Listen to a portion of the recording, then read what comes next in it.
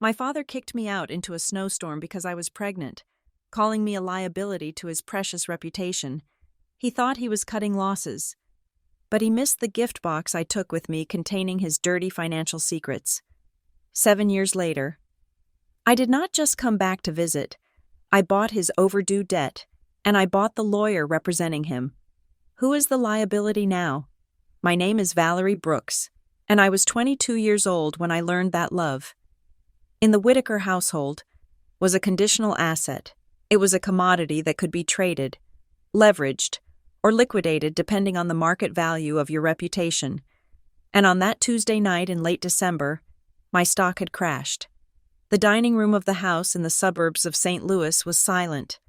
Save for the scraping of silver forks against fine china, it was a sound I usually associated with comfort, with the stability of a family that ran one of the most successful construction firms in Missouri.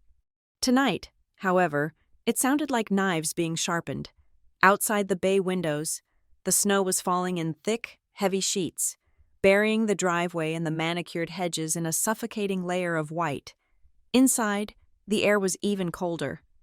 I sat at my usual spot, but it felt like I was sitting on the edge of a cliff. My hands were resting on my stomach.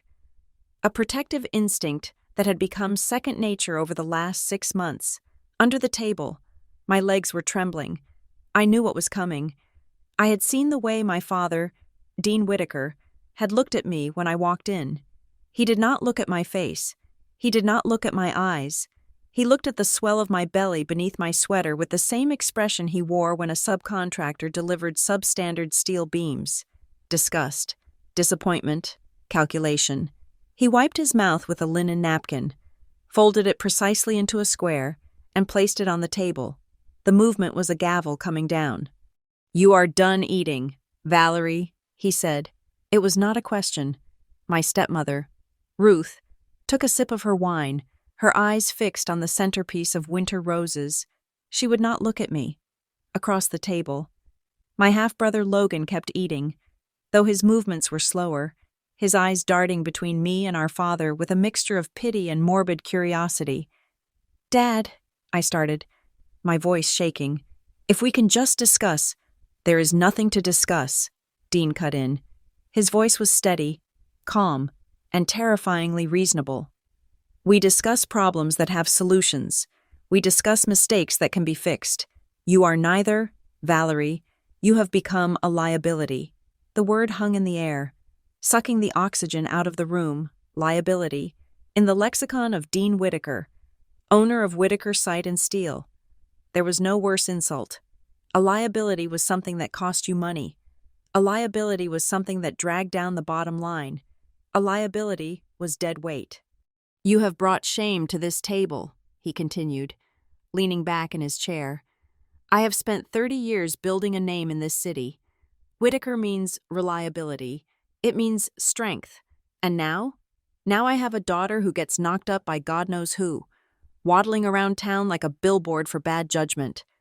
"I am not a billboard," I whispered, my grip on my stomach tightening. "I am your daughter. You are a risk," he corrected me. "I have investors coming in next month. We are bidding on the municipal expansion project. Do you think I can have you sitting at the front desk, or even walking through the office, looking like that?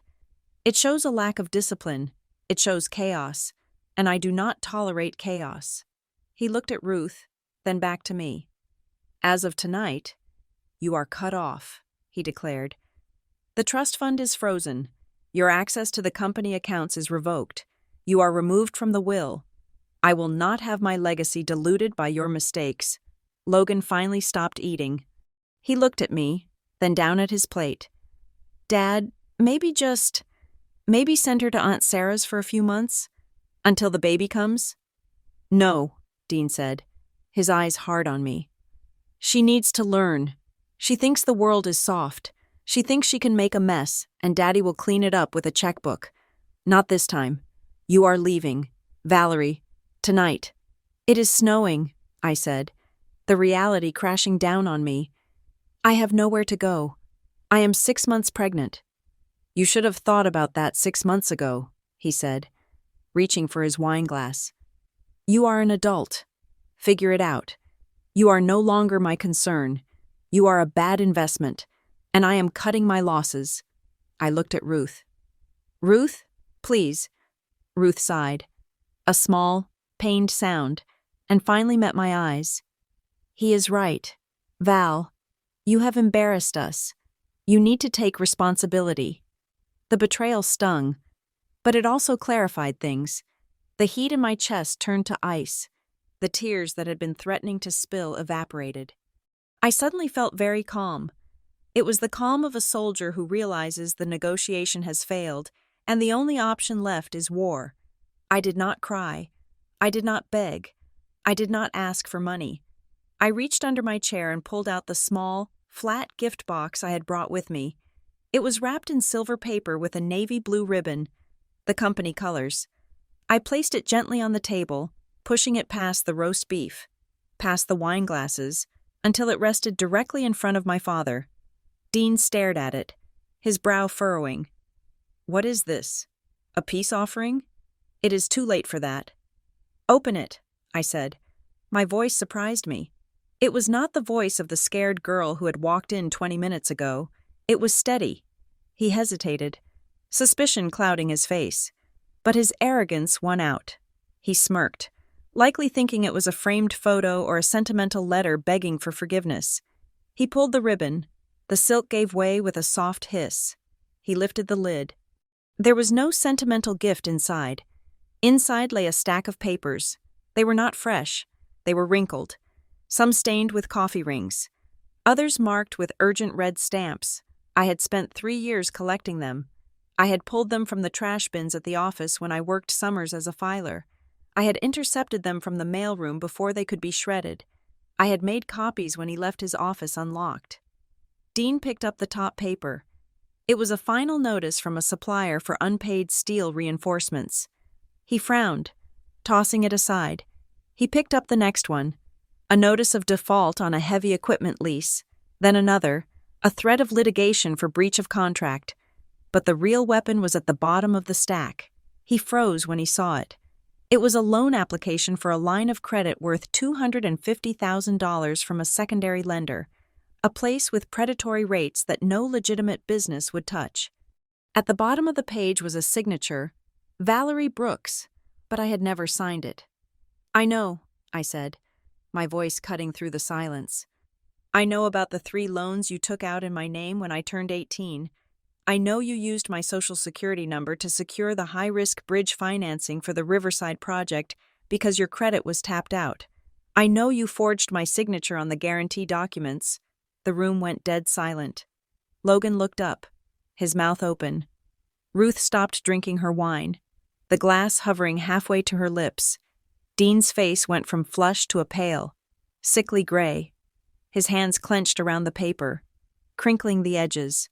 For a second, I saw fear, genuine, raw fear. He looked at me, really looked at me. For the first time that night, he didn't see a pregnant disappointment. He saw a witness. Then, just as quickly, the mask slammed back into place. He slammed the paper down on the table, rattling the silverware. This is nonsense, he barked, his voice rising for the first time. You are hysterical. The pregnancy hormones are rotting your brain. These are clerical errors, standard business procedures that you are too stupid to understand. Is forging your daughter's signature standard procedure? I asked quietly. It was a formality, he hissed, leaning over the table, his eyes bulging. I was building an empire for you, for this family. You ungrateful little brat. You are trying to blackmail me?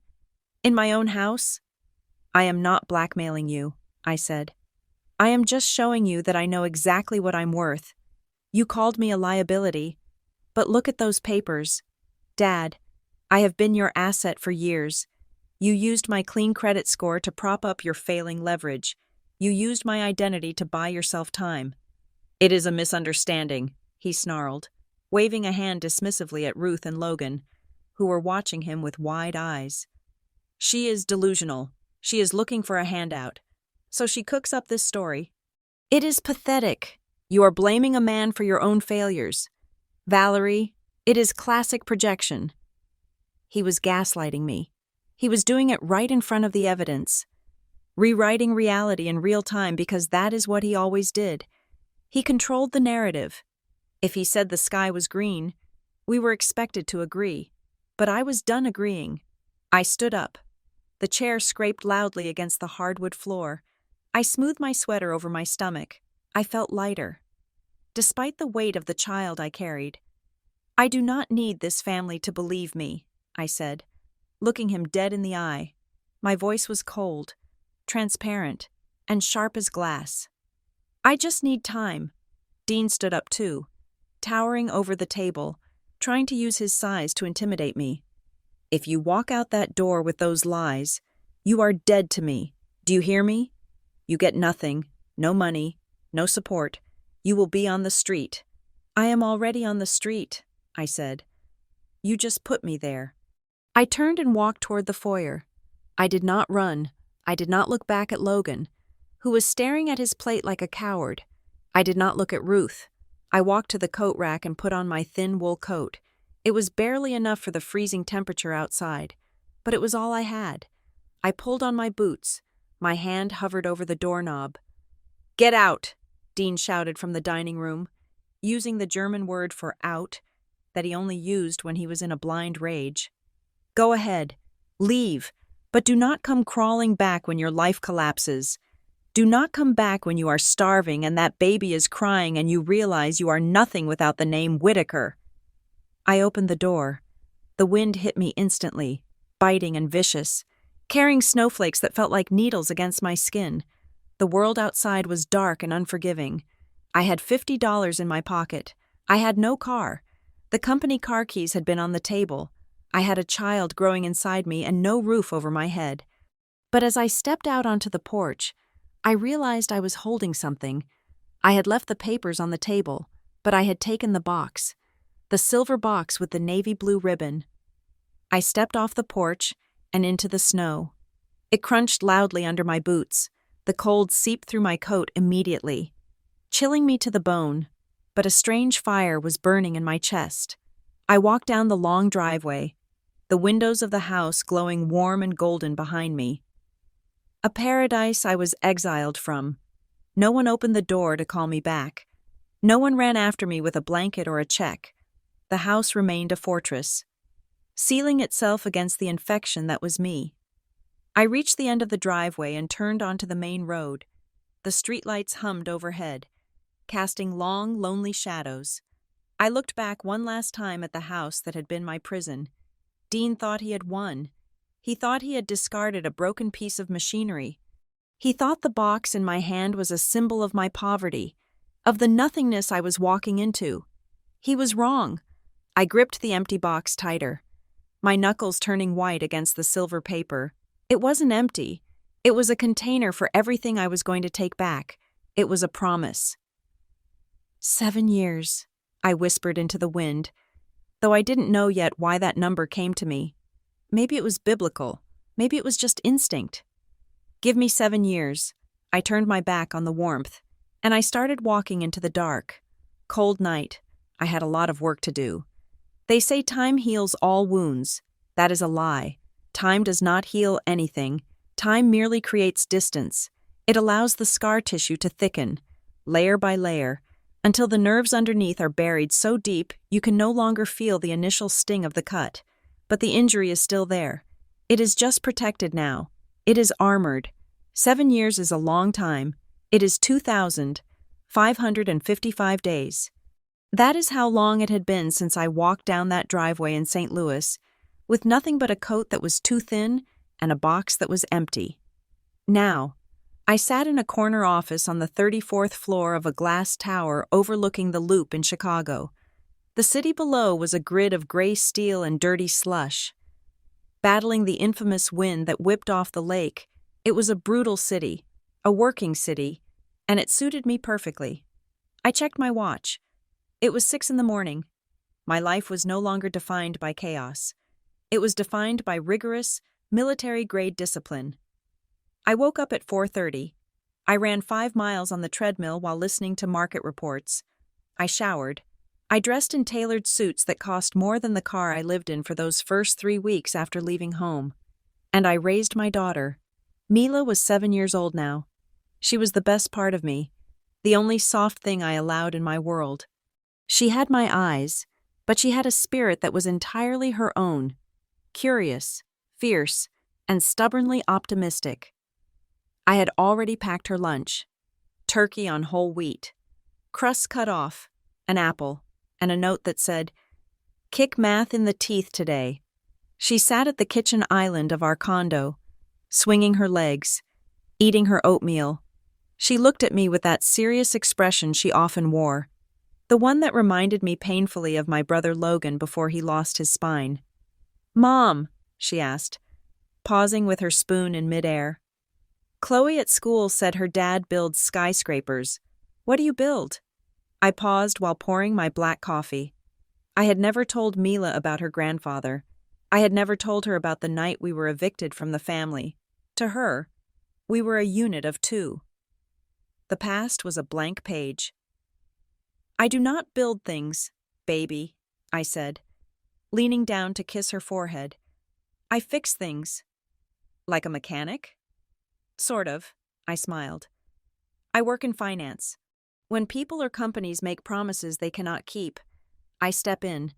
I buy the broken promises, and I try to make them whole again, or I clear them away so new things can grow." "So you are like a garbage man for money," she concluded. I laughed. "Yes, exactly like a garbage man for money. Now, finish up. Mrs. Gable is coming to take you to school in 10 minutes. I did not tell her the rest. I did not tell her that sometimes the garbage was toxic, and sometimes the only way to clean it up was to burn it. Mila knew I worked hard. She knew I never gave up. That was the family motto I had instilled in her, replacing the Whitaker motto of "image is everything." Our motto was simple: survive, adapt, conquer. Once Mrs. Gable arrived, I drove to the office. The drive was my transition time. I shifted gears from mother to founder and CEO of Harbor Light Recovery Group. I had built Harbor Light from nothing, literally nothing. When I arrived in Chicago 7 years ago, I was a pregnant college dropout with a credit score of 450, thanks to the fraudulent loans my father had taken out in my name. I scrubbed toilets in a gym to pay for a sublet room. I worked as a night shift data entry clerk because I could do it with a sleeping infant strapped to my chest. I read textbooks I bought from Goodwill stores. I learned the language of the enemy. I learned that debt was not just money, it was a legal claim on a person's future. I got a job as an assistant bookkeeper at a mid-sized firm, lying about my degree on the application. A risk, but a calculated one. I worked harder than anyone else. I was the first in, last out. I studied for my certifications at night. I fought the credit bureaus for 3 years to clean my name, disputing every single fraudulent mark Dean Whitaker had left on my history until I was a ghost again. Then, I started building. Harbor Light Recovery Group was not a standard debt collection agency. We did not harass single mothers for credit card bills. We were a boutique firm. We specialized in distressed corporate debt. We bought non-performing loans from banks that wanted to clean up their balance sheets. We bought invoices that companies couldn't collect. We bought the financial sins of the marketplace. I walked into my office, the heels of my shoes clicking sharply on the polished concrete floor. My team was already buzzing: analysts, researchers, and a paralegal. They were good. They were hungry. But none of them knew the real reason we were working so hard this quarter. I closed the door to my office and sat behind my desk. It was a wide slab of black marble, devoid of clutter, no picture frames, no knickknacks, just a computer, a phone, and a notepad. I logged in. My fingers flew across the keyboard, entering a password that was 20 characters long. I opened a specific folder that was hidden within a nested directory of dull administrative files. I opened the Excel spreadsheet titled Whitaker Stack. This file was my masterpiece. I had spent the last 6 months compiling it. It was a forensic autopsy of a living patient. On the screen, the rows and columns glowed with data. most of it highlighted in angry warning red. It was a map of my father's financial health, and the diagnosis was terminal. Whitaker Sight and Steel was dying. Dean was good at projecting strength. He drove the new truck. He sponsored the charity gala. He talked loudly at the country club. But the spreadsheet told the truth. Numbers never lie. Men lie. Numbers just wait. I ran my finger down the screen. Row 4. Equipment financing. Dean had leveraged his entire fleet of excavators and cranes to secure a loan for expansion 2 years ago. He was 3 months behind on payments. The bank, a regional lender called Midwest Commercial, was getting nervous. Row 8. Factoring contracts. This was the smell of blood in the water. Dean was selling his accounts receivable, the money his clients owed him, to a third-party financier just to make payroll on Friday. He was paying exorbitant fees for quick cash. It was a payday loan for a corporation. Row 12. Material supplier disputes. He owed nearly $400,000 to his primary steel supplier. They had put him on a cash-on-delivery basis. That meant his cash flow was being strangled. Row 15. The kill shot. A restructuring loan he was trying to negotiate with a private equity group to consolidate all this mess. It was his last hope, and it was failing because his books were a disaster. I did not use illegal hacking. I did not plant bugs. I simply bought data. In America, everything is for sale. Credit reports, lien filings, court dockets. It is all public record if you know where to look. And I knew exactly where to look. I picked up my headset. It was time to go shopping. My strategy was clean. It was legal.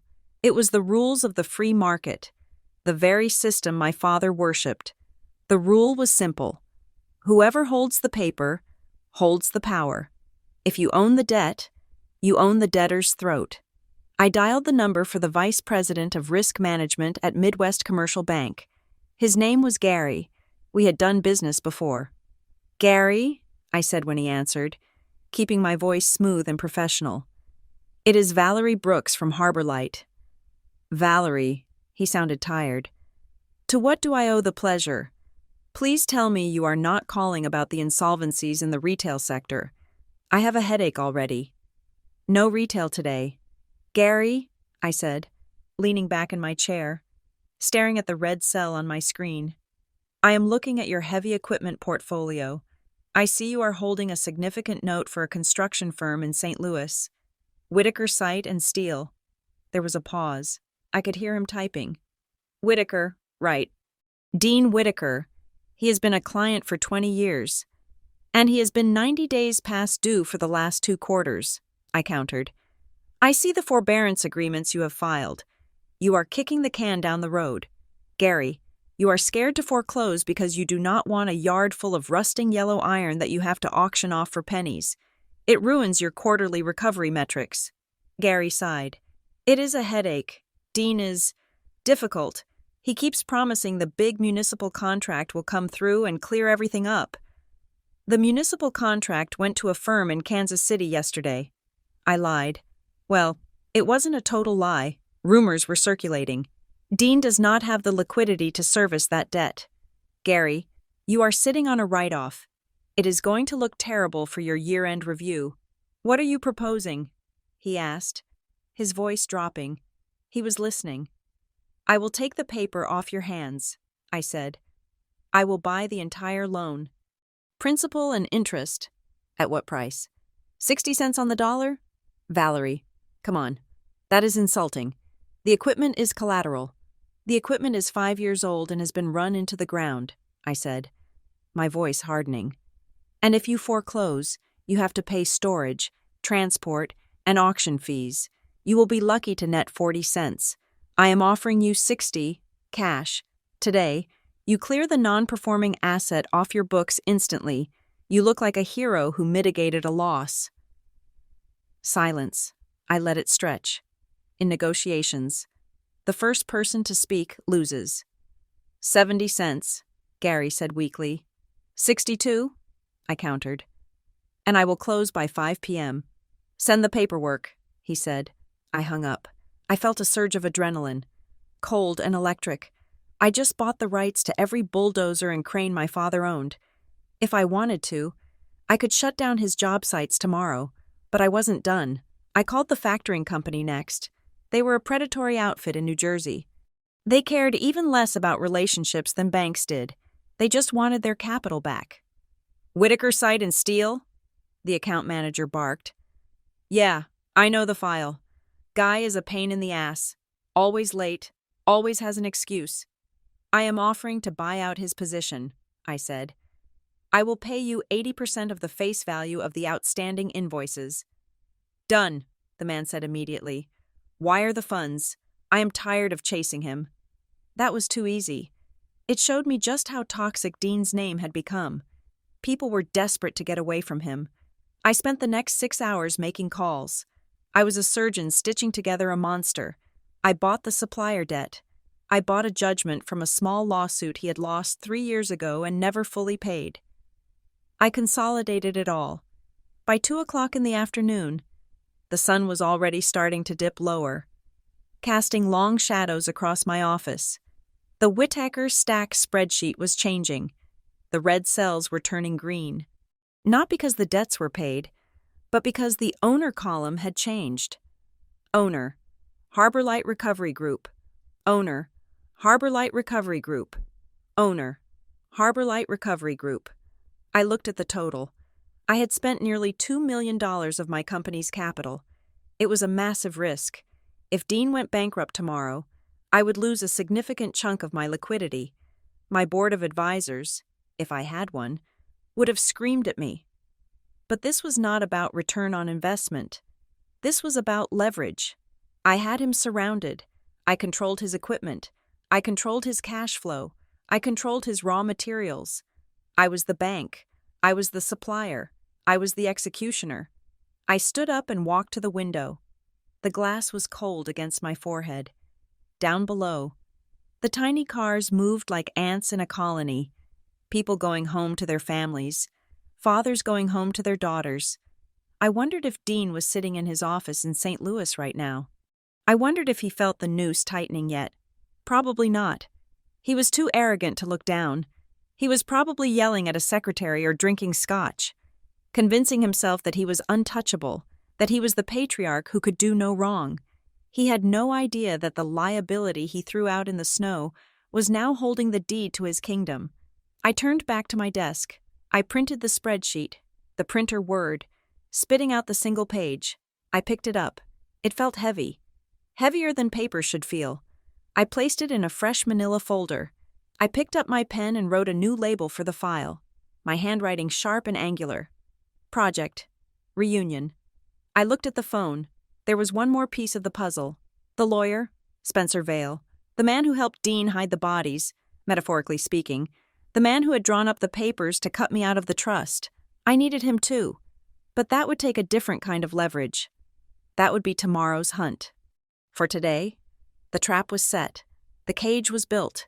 I saved the Excel file and closed my laptop. The screen went black, reflecting my own face. I didn't look like the girl from 7 years ago. Her eyes were wide and wet. My eyes were dry. I whispered into the silence of the empty office. A promise kept to the girl who walked in the snow. Acquisition phase complete. Now, it is time to collect. Most people think violence is loud.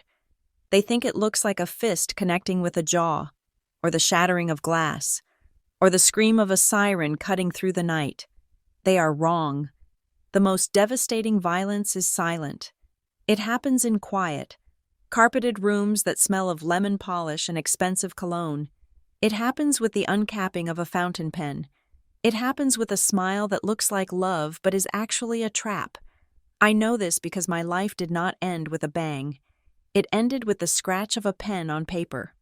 Sitting in my high-rise office in Chicago, with the city lights beginning to blink on like a galaxy below me, I often found myself staring at my own hand. It was the same hand that held the pen 11 years ago. It looked the same, perhaps a little more weathered, the skin a little tighter around the knuckles. But the structure was identical, yet the girl who owned that hand back then was a stranger to me now. I went back there in my mind. Not to the night I was kicked out, but to the day the trap was actually set. I was 18 years old. It was the summer before I was supposed to start college. The world felt wide open, like a map waiting to be unfolded. I was working at Whitaker Site and Steel for the summer, doing filing and answering phones. I wanted to be close to my father. I wanted to learn the business. I wanted him to look at me with pride, the way he looked at his architectural blueprints. One Tuesday afternoon, he called me into his office. "Valerie, honey," he said, waving me over. He was sitting behind his massive mahogany desk, the one that looked like a fortress. He was smiling. It was his good smile, the one that made crow's feet appear at the corners of his eyes, making him look benevolent and wise. "Come here for a second. I need a favor." I walked over, eager to please. "Sure, Dad. What is it?" He pushed a stack of documents toward me. They were thick, bound with heavy clips. "We are restructuring some of the corporate officers," he said, his voice casual, as if he were discussing the weather. "I want to put you down as the corporate secretary. It is just a title, really, but it will look fantastic on your college applications. Shows leadership, shows you are part of the legacy." My chest swelled with pride. He wanted me to be an officer. He wanted me on the paper. "Really?" I asked. "Of course," he said, handing me a pen. It was a Mont Blanc, heavy, cold. "Just sign here, here, and here. It is just procedural stuff, formalities for the state." I did not read them. Why would I? This was my father, the man who taught me how to ride a bike, the man who carved the turkey at Thanksgiving. The idea that he would hurt me was as foreign to me as the idea of the sun rising in the west. So, I signed, Valerie Brooks, Valerie Brooks, Valerie Brooks. I signed with a flourish, proud of the loops in my letters. I thought I was signing my way into the family legacy. I did not know I was signing my own death warrant. I did not know that corporate secretary was a shell title. I did not know that buried in the dense paragraphs of legalese were personal guarantees. I did not know that my signature was being used to secure high-risk bridge loans that Dean's own credit score could no longer touch. I was not an officer. I was a shield. I was fresh meat for the wolves he owed money to. That memory burned in my brain, hot and acidic, because that moment was the true crime. The night he kicked me out in the snow was just the disposal of the body.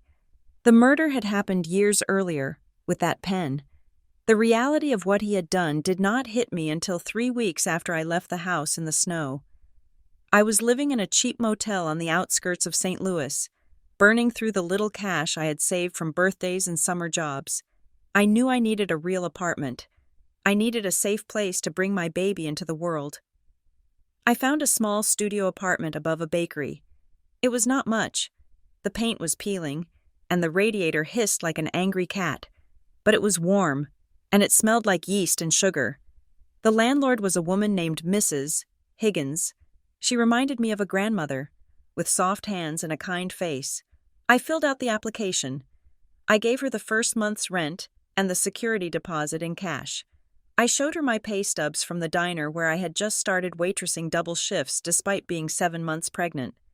"You are a hard-working girl, Valerie," she said, counting the cash. "I like that.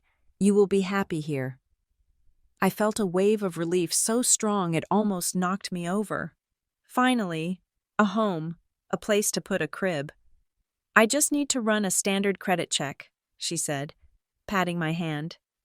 "Just a formality. I will call you in the morning with the keys." I went back to the motel and slept for 12 hours, the first real sleep I had gotten in weeks. The next morning, Mrs. Higgins called. Her voice was different. The warmth was gone, replaced by a mixture of confusion and something that sounded sharply like suspicion. "Valerie," she said, "I cannot rent the apartment to you." "What?" I gripped the phone, my heart hammering against my ribs. "Why? I gave you the cash.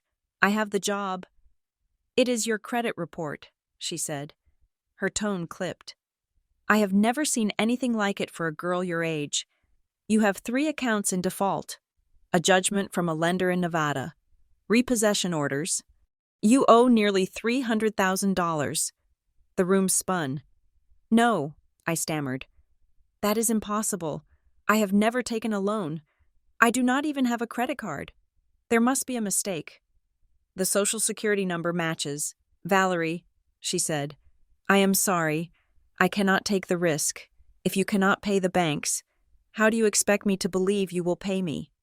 Mrs. Higgins, please, I begged, the desperation clawing at my throat. I am pregnant. I have the cash right now. I will pay you 3 months in advance. I am sorry, she said. And then she added the part that cut the deepest. You seemed like such a nice girl.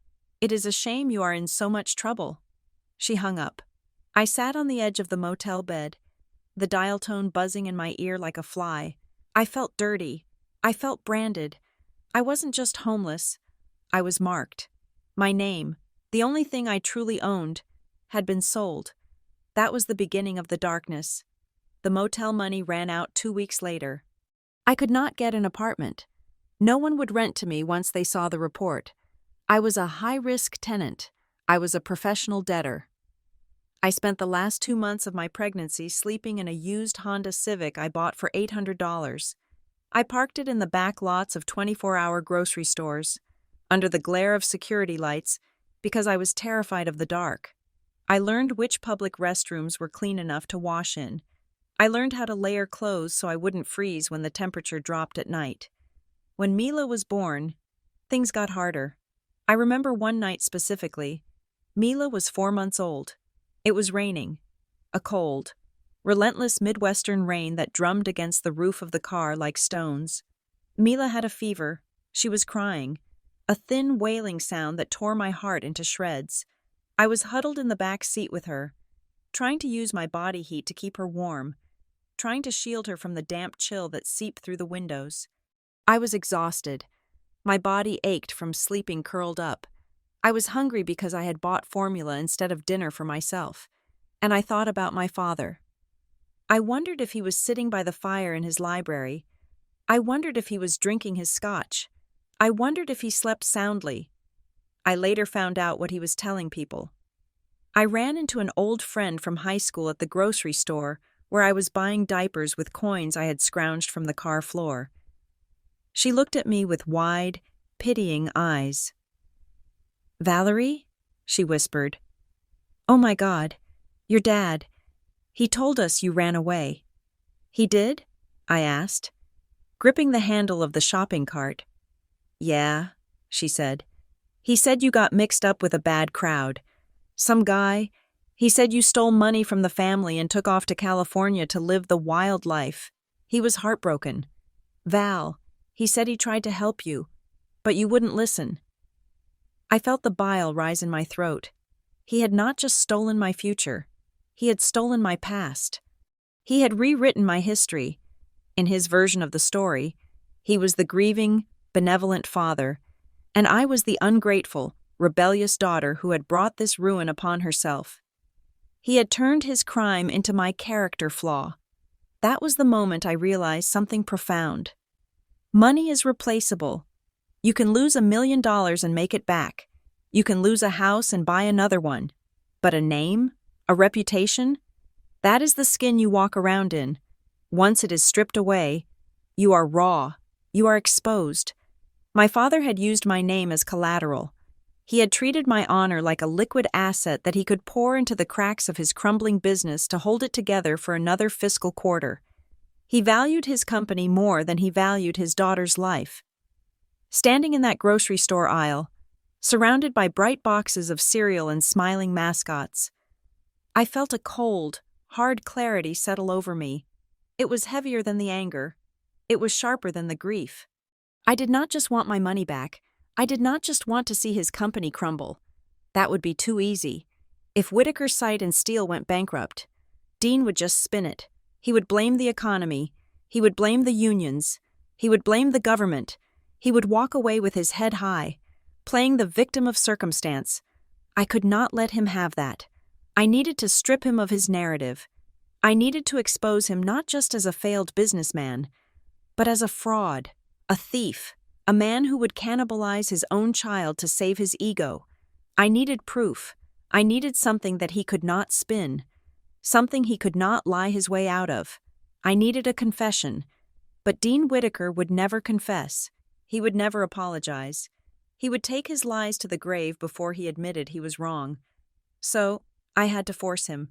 I sat at my desk in Chicago, 7 years later, and looked at the document I had drafted with my lawyer. Caleb. It was not just a repayment agreement. It was an affidavit, a sworn statement of truth. It detailed every fraudulent loan, every forged signature, every lie, and at the bottom, there was a blank line. Dean Whitaker. That was the goal. I didn't just want his money, I wanted his signature. I wanted him to pick up a pen, just like he had made me pick up a pen when I was 18. I wanted him to feel the weight of it. I wanted him to know that this time. The ink wasn't securing a loan, it was securing his truth. He had used a signature to destroy my life. I was going to use a signature to take his apart, piece by piece. I looked at the clock. It was time for the next phase. The trap was set. The bait was laid. Now, I just had to wait for the animal to get hungry enough to walk into it. You stole my name, Dad, I whispered to the empty office.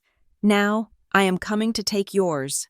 I closed the file, the sound echoing like a gunshot in the silence. The game was on. If you want to kill a beast as large as a construction company, you do not shoot it in the head. That is too messy. And honestly, too quick. You starve it. You cut off the blood supply to the organs one by one until the brain panics, realizing too late that the body is already dead.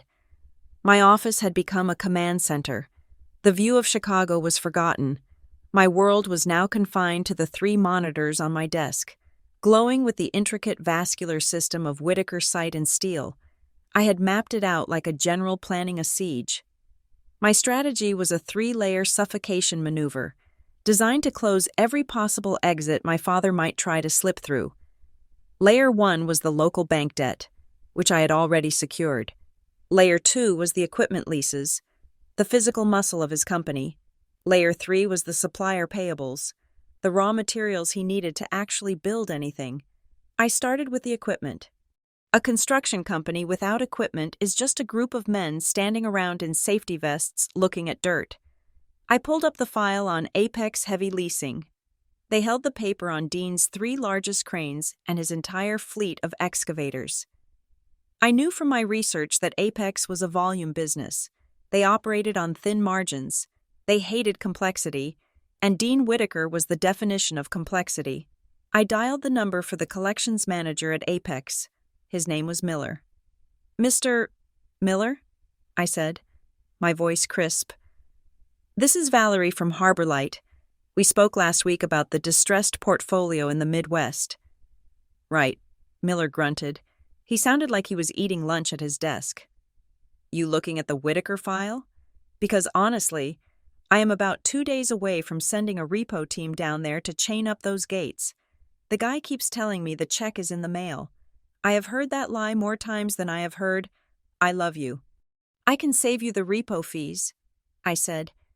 And the legal fees, and the auction fees. You know as well as I do that used cranes in this market are sitting on lots for 6 months. You will take a bath on the depreciation. What is the offer? He asked, chewing loudly. I will buy the lease outright, I said. I will take the assignment of the contract. You get cash today, 70 cents on the dollar of the remaining principal. You clear the bad debt. You get your bonus for the quarter, and I become Mr. Whitaker's problem. He hesitated. 70 is low. 70 is cash, I countered.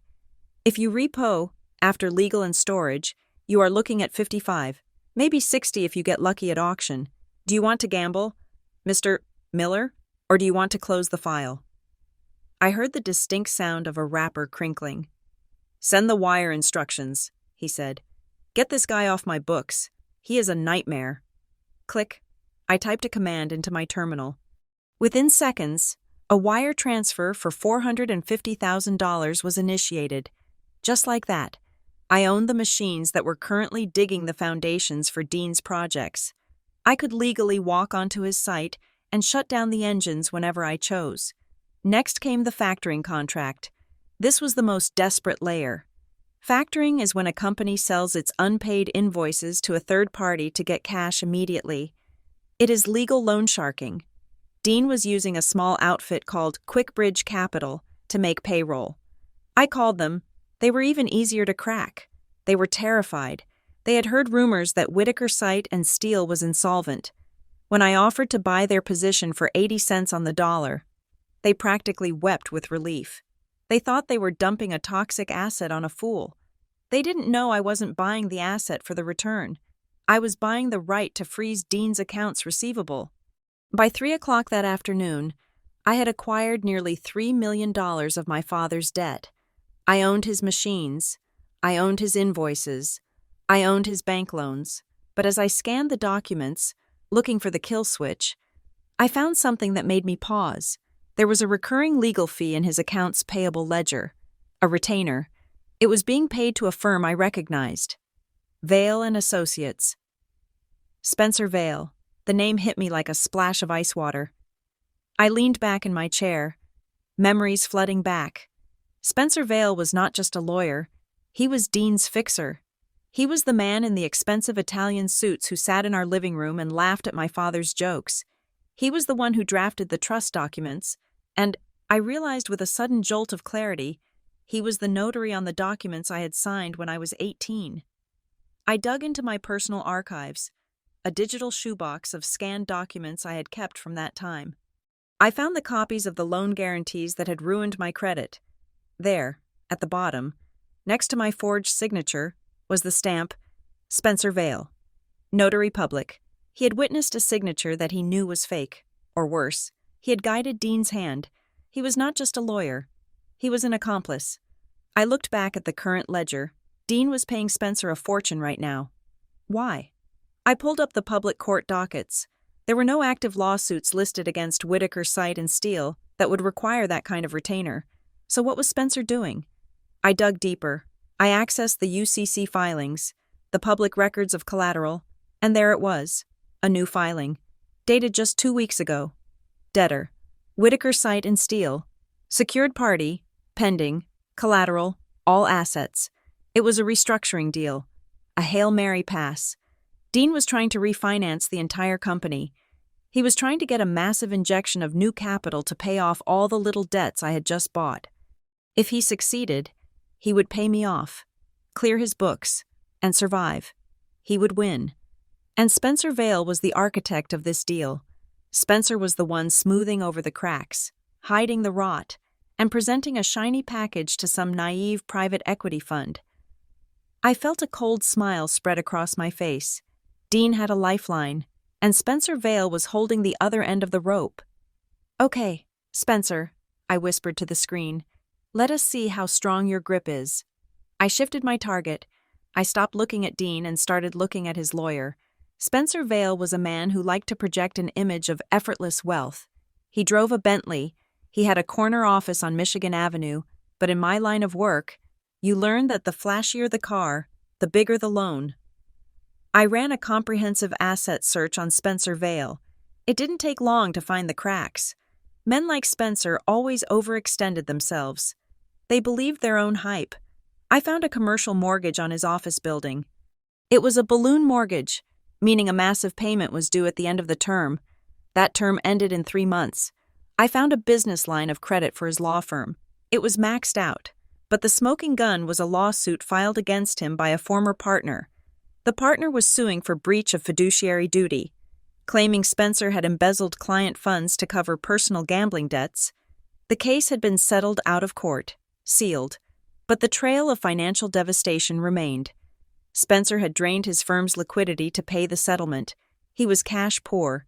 He was drowning. He needed the fees from Dean's restructuring deal to pay his own mortgage. They were two drowning men clinging to each other, hoping the other would float. I picked up the phone again.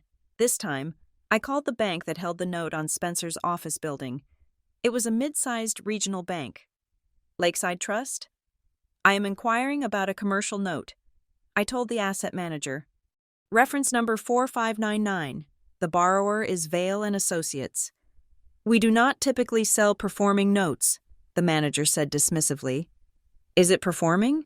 I asked, looking at the payment history I had pulled from a credit data aggregator.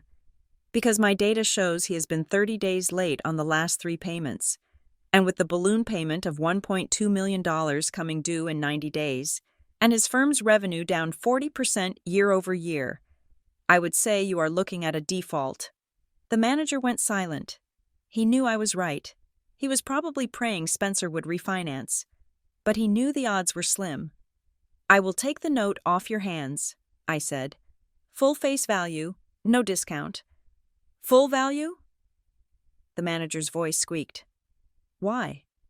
Let us just say I have an interest in the real estate. I lied. I want the building.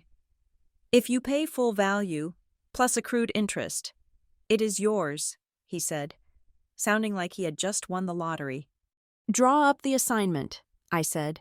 I will wire the funds within the hour. I hung up. My heart was pounding, not with fear, but with the thrill of the hunt. I didn't just own my father's debt anymore. I owned his lawyer. I held the mortgage on the roof over Spencer Vale's head. If Spencer tried to finalize that restructuring deal for Dean, if he tried to help Dean escape, I would call his loan. I would foreclose on his law firm. I would destroy him. I opened my master spreadsheet. I added a new tab. Tab name, the lawyer. I typed in the numbers. $1.2 million, commercial mortgage, default imminent. I sat back and looked at the 2 names on my screen. Dean Whitaker, Spencer Vale, the father who betrayed me, and the lawyer who provided the pen. They were both in my cage now. I did not just buy Dad's debt, I said aloud, the words tasting sweet in the empty office. I bought the guy who signs for him too. But I couldn't be the one to deliver the news, not yet. If Dean saw my name on the letterhead, he would run. He would fight dirty. He would burn the company to the ground out of spite before he let me win. I needed him to think this was just business. I needed him to walk into the trap thinking he could negotiate his way out. I needed a face, a mask. I pressed the intercom button on my desk. Send Caleb in, please. Caleb Merritt was a lawyer I had hired 6 months ago. He was young, hungry, and brilliant, but he had a face that made people trust him. He looked like a choir boy who had just graduated from law school. He had soft eyes and a gentle voice. He was the perfect shark in sheep's clothing. Caleb walked in, adjusting his tie. You asked for me, boss? Sit down, Caleb, I said, sliding a thick folder across the black marble desk. He sat, opening the folder. His eyes widened as he scanned the documents. This is the Whitaker file. You acquired the equipment leases? And the factoring agreement? And the lawyer's mortgage, I added. Caleb looked up, his jaw slack. You bought Spencer Vale's mortgage? That is aggressive, Valerie. Even for you. It is necessary, I said. Spencer is the only one who can save Dean. I need to make sure Spencer knows who his real master is. So, what is the play? Caleb asked, closing the folder. Do we foreclose? No, I said, standing up and walking to the window. The city was dark now, a sea of diamonds on black velvet. We invite them to a meeting. We offer them a lifeline. A lifeline? Caleb asked, confused. I thought you wanted to bury them. I do, I said, turning back to him. But I want them to jump into the grave willingly. I want you to send a letter to Dean Whitaker. Tell him that Harborlight Recovery Group has acquired his debt portfolio. Tell him we are not looking to liquidate. Tell him we are a private investment firm looking to restructure distressed assets. Tell him we want to help him save his company. Caleb smiled. It was a sharp, knowing smile. He understood. We give him hope. Exactly, I said. Desperate men are dangerous. Hopeful men are careless. We give him 48 hours to meet with us. We tell him we have a forbearance agreement ready to sign. We lure him to Chicago. And when he gets here, Caleb asked. You will conduct the meeting, I said. I will be in the observation room. You will be the face of Harborlight. You will be polite. You will be professional. You will let Dean think he is swindling some young, inexperienced investor. And Spencer? Spencer will be there to protect Dean, I said. But once he sees the paperwork, once he realizes who holds his own mortgage, Spencer will be working for us. He just doesn't know it yet. This is going to be a bloodbath, Caleb said, standing up and tucking the folder under his arm. No, Caleb, I corrected him. A bloodbath is messy. This is going to be a surgery. We are going to remove the cancer that has been rotting this family for 7 years, and we are going to do it without spilling a drop on the carpet. I will draft the letter, Caleb said. Make it sound urgent, I instructed. Dean hates to wait. Use his ego against him. Make him feel important. Consider it done. Caleb left the office. I was alone again. I looked at the file on my desk. The Whitaker stack. It was no longer just paper. It was a weapon. I had spent $2 million to build it. I had risked my entire company. I had put everything on the line. But as I thought about the look on Dean's face when he kicked me out, as I thought about the nights I slept in my car with Mila, as I thought about the way he had erased me from the family history, I knew one thing for certain. It was worth every penny. The pieces were on the board. The king was exposed. The bishop was compromised. And the queen was coming for the kill. Check, I whispered. The email that Caleb sent to Dean Whitaker was a masterpiece of corporate bait. It was short, professional, and smelled faintly of desperation. But not ours. It was designed to smell like opportunity. The subject line was simple. Immediate liquidity proposal / forbearance. Options / urgent. The body of the email stated that Harbor Light Recovery Group, a private distressed asset firm, had acquired the portfolio of Dean's debts from his various creditors. It stated that we were impressed by the historical resilience of Whitaker Sight and Steel, a phrase I had personally dictated to stroke his ego, and that we were willing to offer a comprehensive restructuring package. We would inject capital, pause the collections, and consolidate everything into one new, manageable loan. But there was a catch. The offer was valid for exactly 48 hours. We cited fiscal quarter allocation limits as the reason for the deadline. It was nonsense. Of course, the real reason was panic. I needed Dean to be too scared to read the fine print. I needed him to run to Chicago before he had time to think. I knew exactly what was happening in St. Louis when that email hit his inbox. It was Wednesday. Payroll for his 150 employees was due on Friday. He didn't have the cash. The bank accounts were frozen because I had frozen them. The equipment yard was locked down because I had called the repo order. He was staring at a complete operational collapse within 72 hours. He didn't reply to the email. He called. Caleb answered, putting him on speakerphone while I listened from the next room. "Who is this?"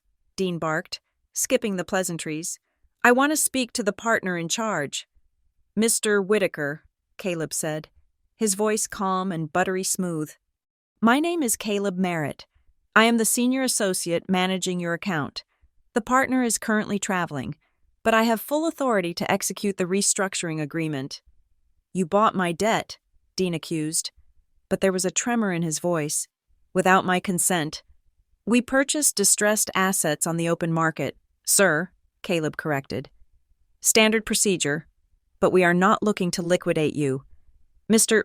Whitaker, we believe in your brand. We want to help you bridge this gap. But the window is closing. We have other distressed entities vying for this capital pool. If you can be in Chicago tomorrow morning at 9 o'clock, we can sign the papers and wire the funds by noon. You can make payroll on Friday with room to spare."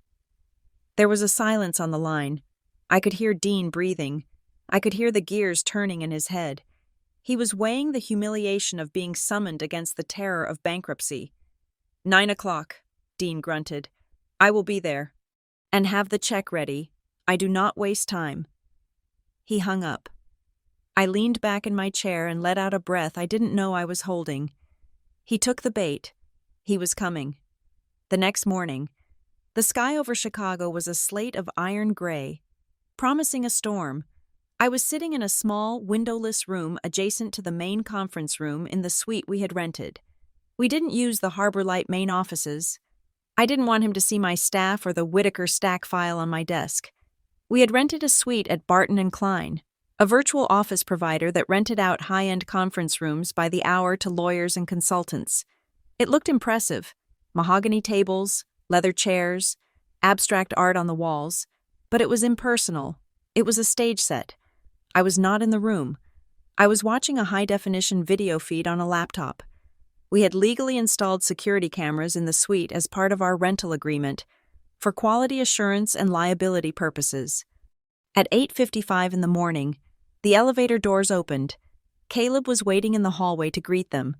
I watched the screen, my hands resting on the cool metal of the laptop. Dean walked out first. He looked older than I remembered. His hair was thinner, more gray than silver now, and his face had the puffy, red-veined look of a man who was drinking too much scotch to numb the stress. But he still walked with that aggressive, chest-out swagger, wearing a suit that I knew cost $3,000. He was projecting power, even as his kingdom burned. Spencer Vale followed him. The lawyer looked like a man walking to the gallows. He was pale, clutching his briefcase with both hands. He kept checking his phone, likely looking for an email from the bank about his own overdue mortgage, the mortgage I now owned. He knew how fragile this house of cards was. And then, a third man stepped out of the elevator. My heart stopped. The blood drained from my face so fast I felt dizzy. I had expected Dean. I had expected Spencer. I had not expected him. Travis Hale. He was taller than I remembered, or maybe I had just felt smaller back then. He was wearing a suit that didn't quite fit right, a little too tight in the shoulders, trying to look corporate. He had the same dark hair, the same sharp jawline that had charmed a naive 20-year-old girl into thinking he was the love of her life. Travis Hale, Mila's father, the man who had told me, when I showed him the positive pregnancy test, that he wasn't ready for this kind of baggage. The man who had stopped answering my calls 2 weeks before Dean kicked me out. The man who had vanished, leaving me to face the wrath of my family alone. I stared at the screen, my fingernails digging into my palms. What was he doing here? Why was he with Dean? "Mr. Whitaker," Caleb said on the screen, shaking Dean's hand. "Welcome to Chicago." "Let us get on with it," Dean said, brushing past him. "I have a flight back at 2. Who are these people?" Dean gestured to the empty reception desk. "No secretary?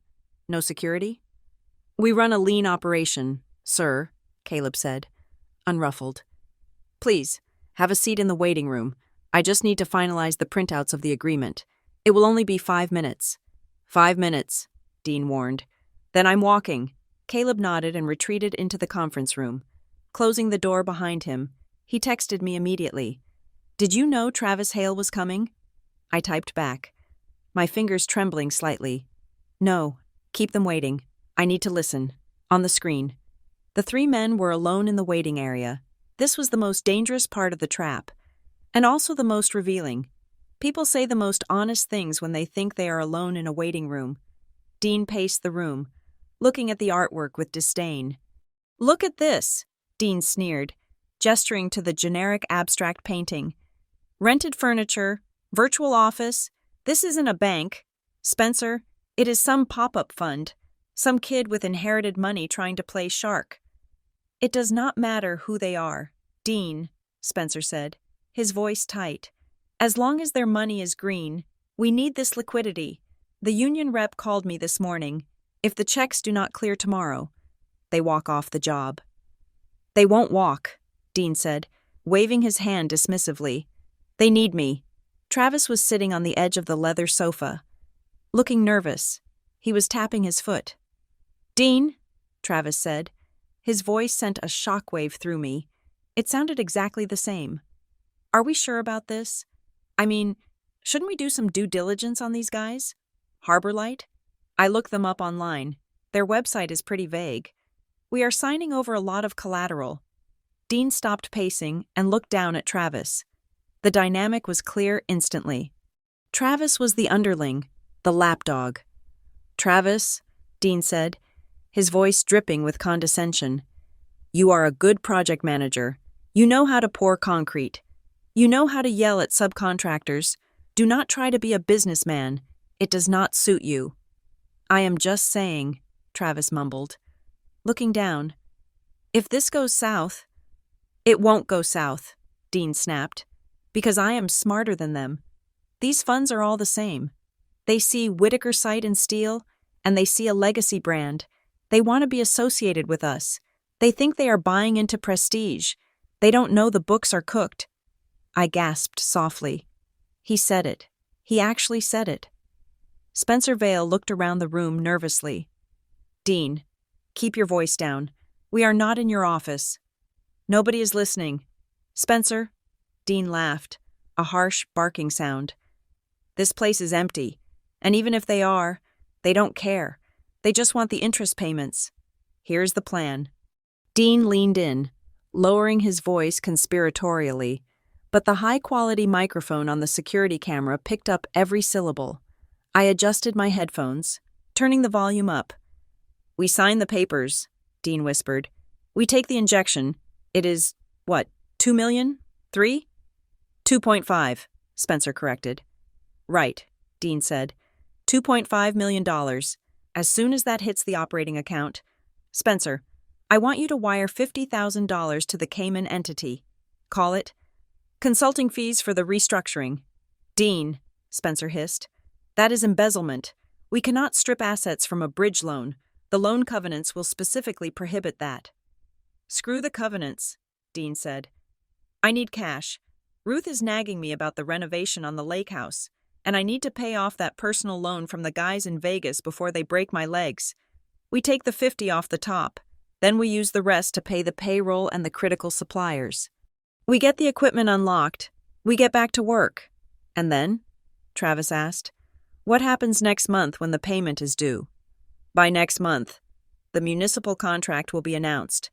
Dean lied. He was lying to his own team. "And then we refinance with a real bank. We pay these Harbor Light clowns off early, pay the penalty, and we are back in the clear. This is just a bridge. Boys, we are just walking over their backs to get to the other side." I stared at the screen, stunned. He wasn't just desperate. He was actively planning to defraud me. He was planning to take the money I was lending him, my money, earned through 7 years of blood and sweat, and use it to renovate a lake house and pay off gambling debts. And Travis? Travis sat there and nodded. "Okay," Travis said. "As long as the payroll clears, I have child support to pay." I almost choked. Child support? He had never paid me a dime. He had never even sent a birthday card to Mila. He must have another child. Another family. The realization hit me like a physical blow. He had moved on. He had a new life. And he was funding it by helping my father scam lenders. "Don't worry about your child support," Dean said, clapping Travis on the shoulder. "Stick with me, kid. I made you a manager, didn't I? I pulled you out of that hole you were in. You are family now, sort of." The irony was so thick, it tasted like metal. Dean had kicked his own daughter out for being a liability, but he had hired the man who got her pregnant and abandoned her. He had replaced me with Travis. Why? Because Travis was useful. Travis was weak. Travis would do what he was told. Dean didn't want a family. He wanted accomplices.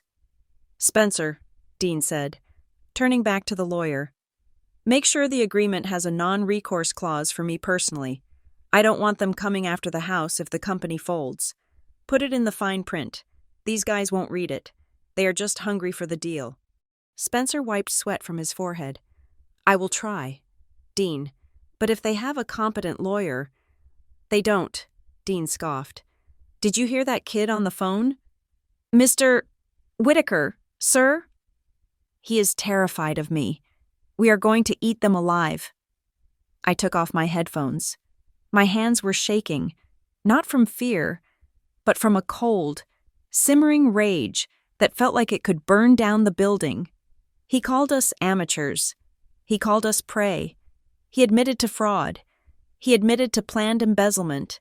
And he did it all while standing next to the man who had broken my heart, dismissing me as a memory while they plotted to steal from me. I looked at the Whitaker stack file on the desk next to me. I picked up my phone and texted Caleb. They are ready. Bring them into the conference room. And Caleb? Yes? Don't let them sit at the head of the table. That seat is mine. I stood up. I smoothed the front of my black dress. I checked my reflection in the dark screen of the laptop. I didn't look like Valerie the victim anymore. I didn't look like the girl who cried in the snow. I looked like the CEO of their nightmares. Dean wanted to eat us alive? He was about to find out that he had just walked into the lion's den, and he was covered in steak sauce. I walked toward the door that connected the observation room to the conference room. I placed my hand on the handle. "Showtime," I whispered. The air in the observation room was stale, recycled, and cold, but I could feel the heat rising in my blood. On the high-definition monitor, the three men were settling into the leather chairs of the conference room. It was like watching a play where the actors did not know the audience was armed. Caleb Merritt sat at the head of the table, looking every bit the young, eager junior partner I needed him to be. He had arranged the papers in neat stacks. To his right sat Dean, claiming the power position instinctively. To Dean's right was Spencer, looking like he wanted to be anywhere else on Earth. And across from them sat Travis, fidgeting with his cuffs, trying to look like he belonged at the table of adults. I adjusted the volume on my headset. I needed to hear every breath. "Gentlemen," Caleb began, his voice projecting clearly through the speakers. "Thank you for coming on such short notice. As I mentioned on the phone, Harbor Light is very interested in the potential of Whitaker Site and Steel. We see a company with strong bones that is just momentarily cash-constrained." "Cash constrained is a polite way to put it," Dean said, leaning back and unbuttoning his suit jacket. "We are expanding. Growth hurts. You know how it is. You have to spend money to make money."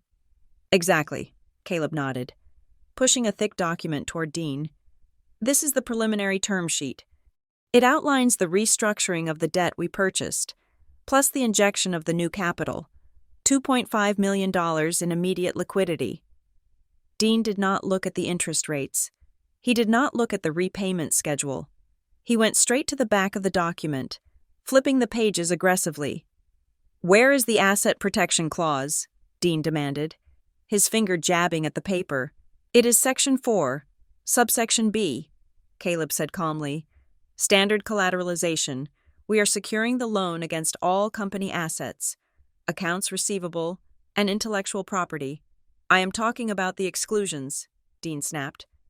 "I do not see the specific exclusion for the properties held in the family trust, the lake house in the Ozarks, and the vehicles." "Mr. Whitaker," Caleb said, feigning confusion. "Those are personal assets, typically, in a distress situation where the company commingles funds." "Do not lecture me on commingling," Dean cut him off. His face was flushing a dark, ugly red. "That lake house is essential for client entertainment. It is a business asset, and the Bentley is a company car. I want them explicitly listed as off-limits for any future liquidation. If things go sideways, I am not walking away empty-handed." I watched Spencer Vale wince. Even he knew how bad this looked. Here was a man asking for a lifeline to pay his starving employees, and his first priority was ensuring he could keep his vacation home. "Dean," Spencer whispered, "the lake house is technically in your name, not the company's. If we argue it is a business asset, we open it up to liability. I don't care about the legal semantics." "Spencer," Dean barked, "just fix it. I want a clause that says my personal lifestyle is ring-fenced. I built this company. I deserve to keep what I earned." "We can add a rider," Caleb said, playing the pushover. "If it makes you comfortable, Mr. Whitaker, we want a partnership, not a conflict." "Good," Dean grunted. "See? That was not hard." Then Travis leaned forward. He had been silent, watching Dean with wide, admiring eyes, learning exactly how to be a monster. "And we need to think about the long-term stability," Travis added, his voice smooth, trying to sound important. "For the family, you know, Dean has a granddaughter, my daughter, Mila." My breath hitched. Hearing him say her name felt like a violation. He had not spoken that name in 7 years. He had never met her. He had never seen her smile or held her hand when she was sick. To him, she was a biological fact, not a person. Right, Dean nodded, seizing on the new angle. Exactly. This is about legacy. I am building this for the next generation. For Mila. She is a bright kid, Travis lied. I want to make sure that when she comes of age, there is a company here for her to inherit. We need to make sure the equity isn't diluted too much by this deal. For her sake. I slammed my hand down on the desk in the observation room. The audacity. They were using my daughter, the daughter they threw away, as a bargaining chip to negotiate better terms for their fraud. They were painting themselves as benevolent patriarchs, protecting a child they had abandoned to the snow. That is very noble of you, Caleb said. I could hear the tightness in his voice. He knew the truth. He knew how much restraint it was taking for him not to punch Travis in the face. We respect family values at Harbor Light. Family is everything, Dean said piously. Speaking of family, Caleb said, setting the trap I had scripted for him. Our due diligence showed a former officer of the company, a Valerie Brooks. Her name appears on several of the older loan documents we acquired. Is she still involved? Will we need her signature for the restructuring? The room went cold. Dean laughed. It was a dry, dismissive sound. Valerie? No. God. No. She is gone. Long gone. She was the corporate secretary, correct? Caleb pressed. We saw her signature on the guarantees for the Riverside Bridge loan, the one that is currently in default. She was a placeholder. Dean waved his hand. She was my daughter, but she didn't have the stomach for this business. She was soft, emotional, always worrying about permits and regulations. She was a liability, a failed asset. A failed asset. I stared at my father's face on the screen. He spoke about me as if I were a piece of machinery that had broken down and been sent to the scrapyard. There was no love, no regret, just annoyance that I hadn't functioned the way he wanted. So, the signatures? Caleb asked. They are valid? Spencer Vale cleared his throat loudly. I think we should move on to the payment schedule. Mr. Merritt, the past corporate structure is irrelevant. Spencer was trying to protect him. Spencer knew those signatures were forged. He knew that if Dean admitted to signing them, it was a felony. But Dean was too arrogant to listen. He wanted to brag. He wanted to show this young investor who was boss. The signatures are fine, Dean said, leaning over the table. Look, kid, sometimes you have to do what is necessary to keep the lights on. Valerie, she owed me. I raised her. I fed her. So I used her name to secure a little financing when the banks got tight. It is standard practice. So you signed for her? Caleb asked innocently. Dean, Spencer warned sharply.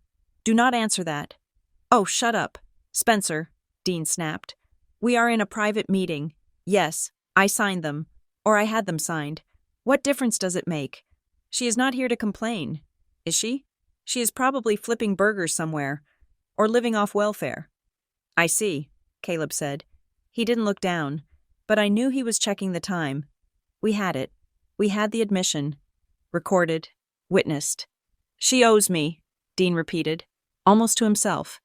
I gave her a roof over her head for 22 years. The least she could do was lend me her credit score. Travis chuckled. It was a nervous, sycophantic sound. Yeah, last I heard, she was living in some dump in the city. Probably can barely afford rent. Sad, Dean said, shaking his head with fake pity. You know, Travis said, leaning in closer to Caleb, lowering his voice as if sharing a secret. If this deal goes through, and the company is strong again, we were thinking about Mila. The girl deserves better than that. With the resources we will have, we could probably petition the courts, argue that Valerie is unfit, financially unstable. My blood froze. The rage that had been hot turned into something absolute zero. You mean, seek custody? Caleb asked. Why not? Travis shrugged. I am the father. Dean is the grandfather. We could give her a real life, private schools, vacations at the lake house.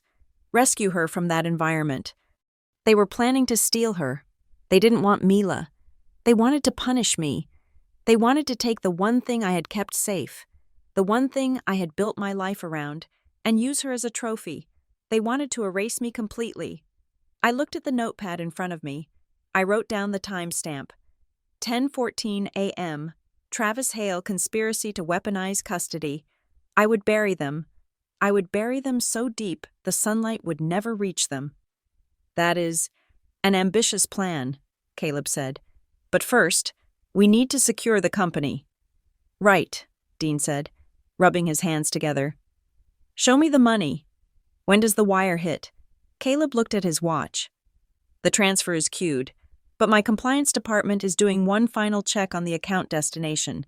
You listed a primary operating account, but then you sent an email this morning asking for a split disbursement? Yes, Dean said, his eyes lighting up with greed. That is the consulting fee I mentioned.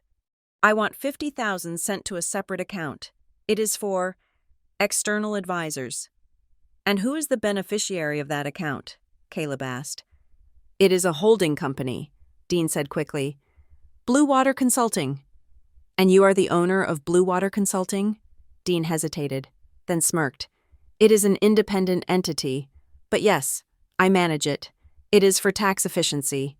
Dean, Spencer hissed again, you cannot route loan proceeds to a personal holding company before the operating expenses are paid. That is embezzlement. It is fraud against the lender. It is a consulting fee, Dean shouted, slamming his hand on the table. I am the consultant. I am consulting on how to save this company.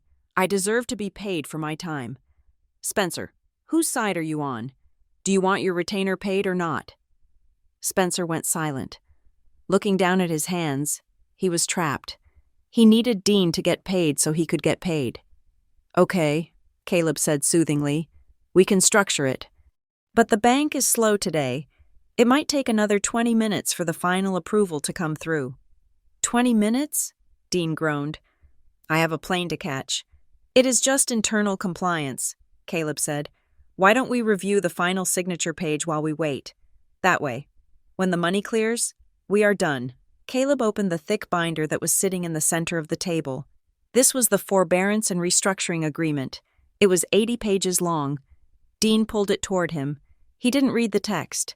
He just looked for the yellow sticky notes that indicated where he needed to sign. Wait, Travis said. Shouldn't we read it? It is standard boilerplate, kid, Dean said, clicking his expensive pen. I have signed 1,000 of these. It is just lawyers justifying their hourly rates. Actually, Caleb said, there is one specific clause I need to draw your attention to. It is the affidavit of truth and indemnity. The what?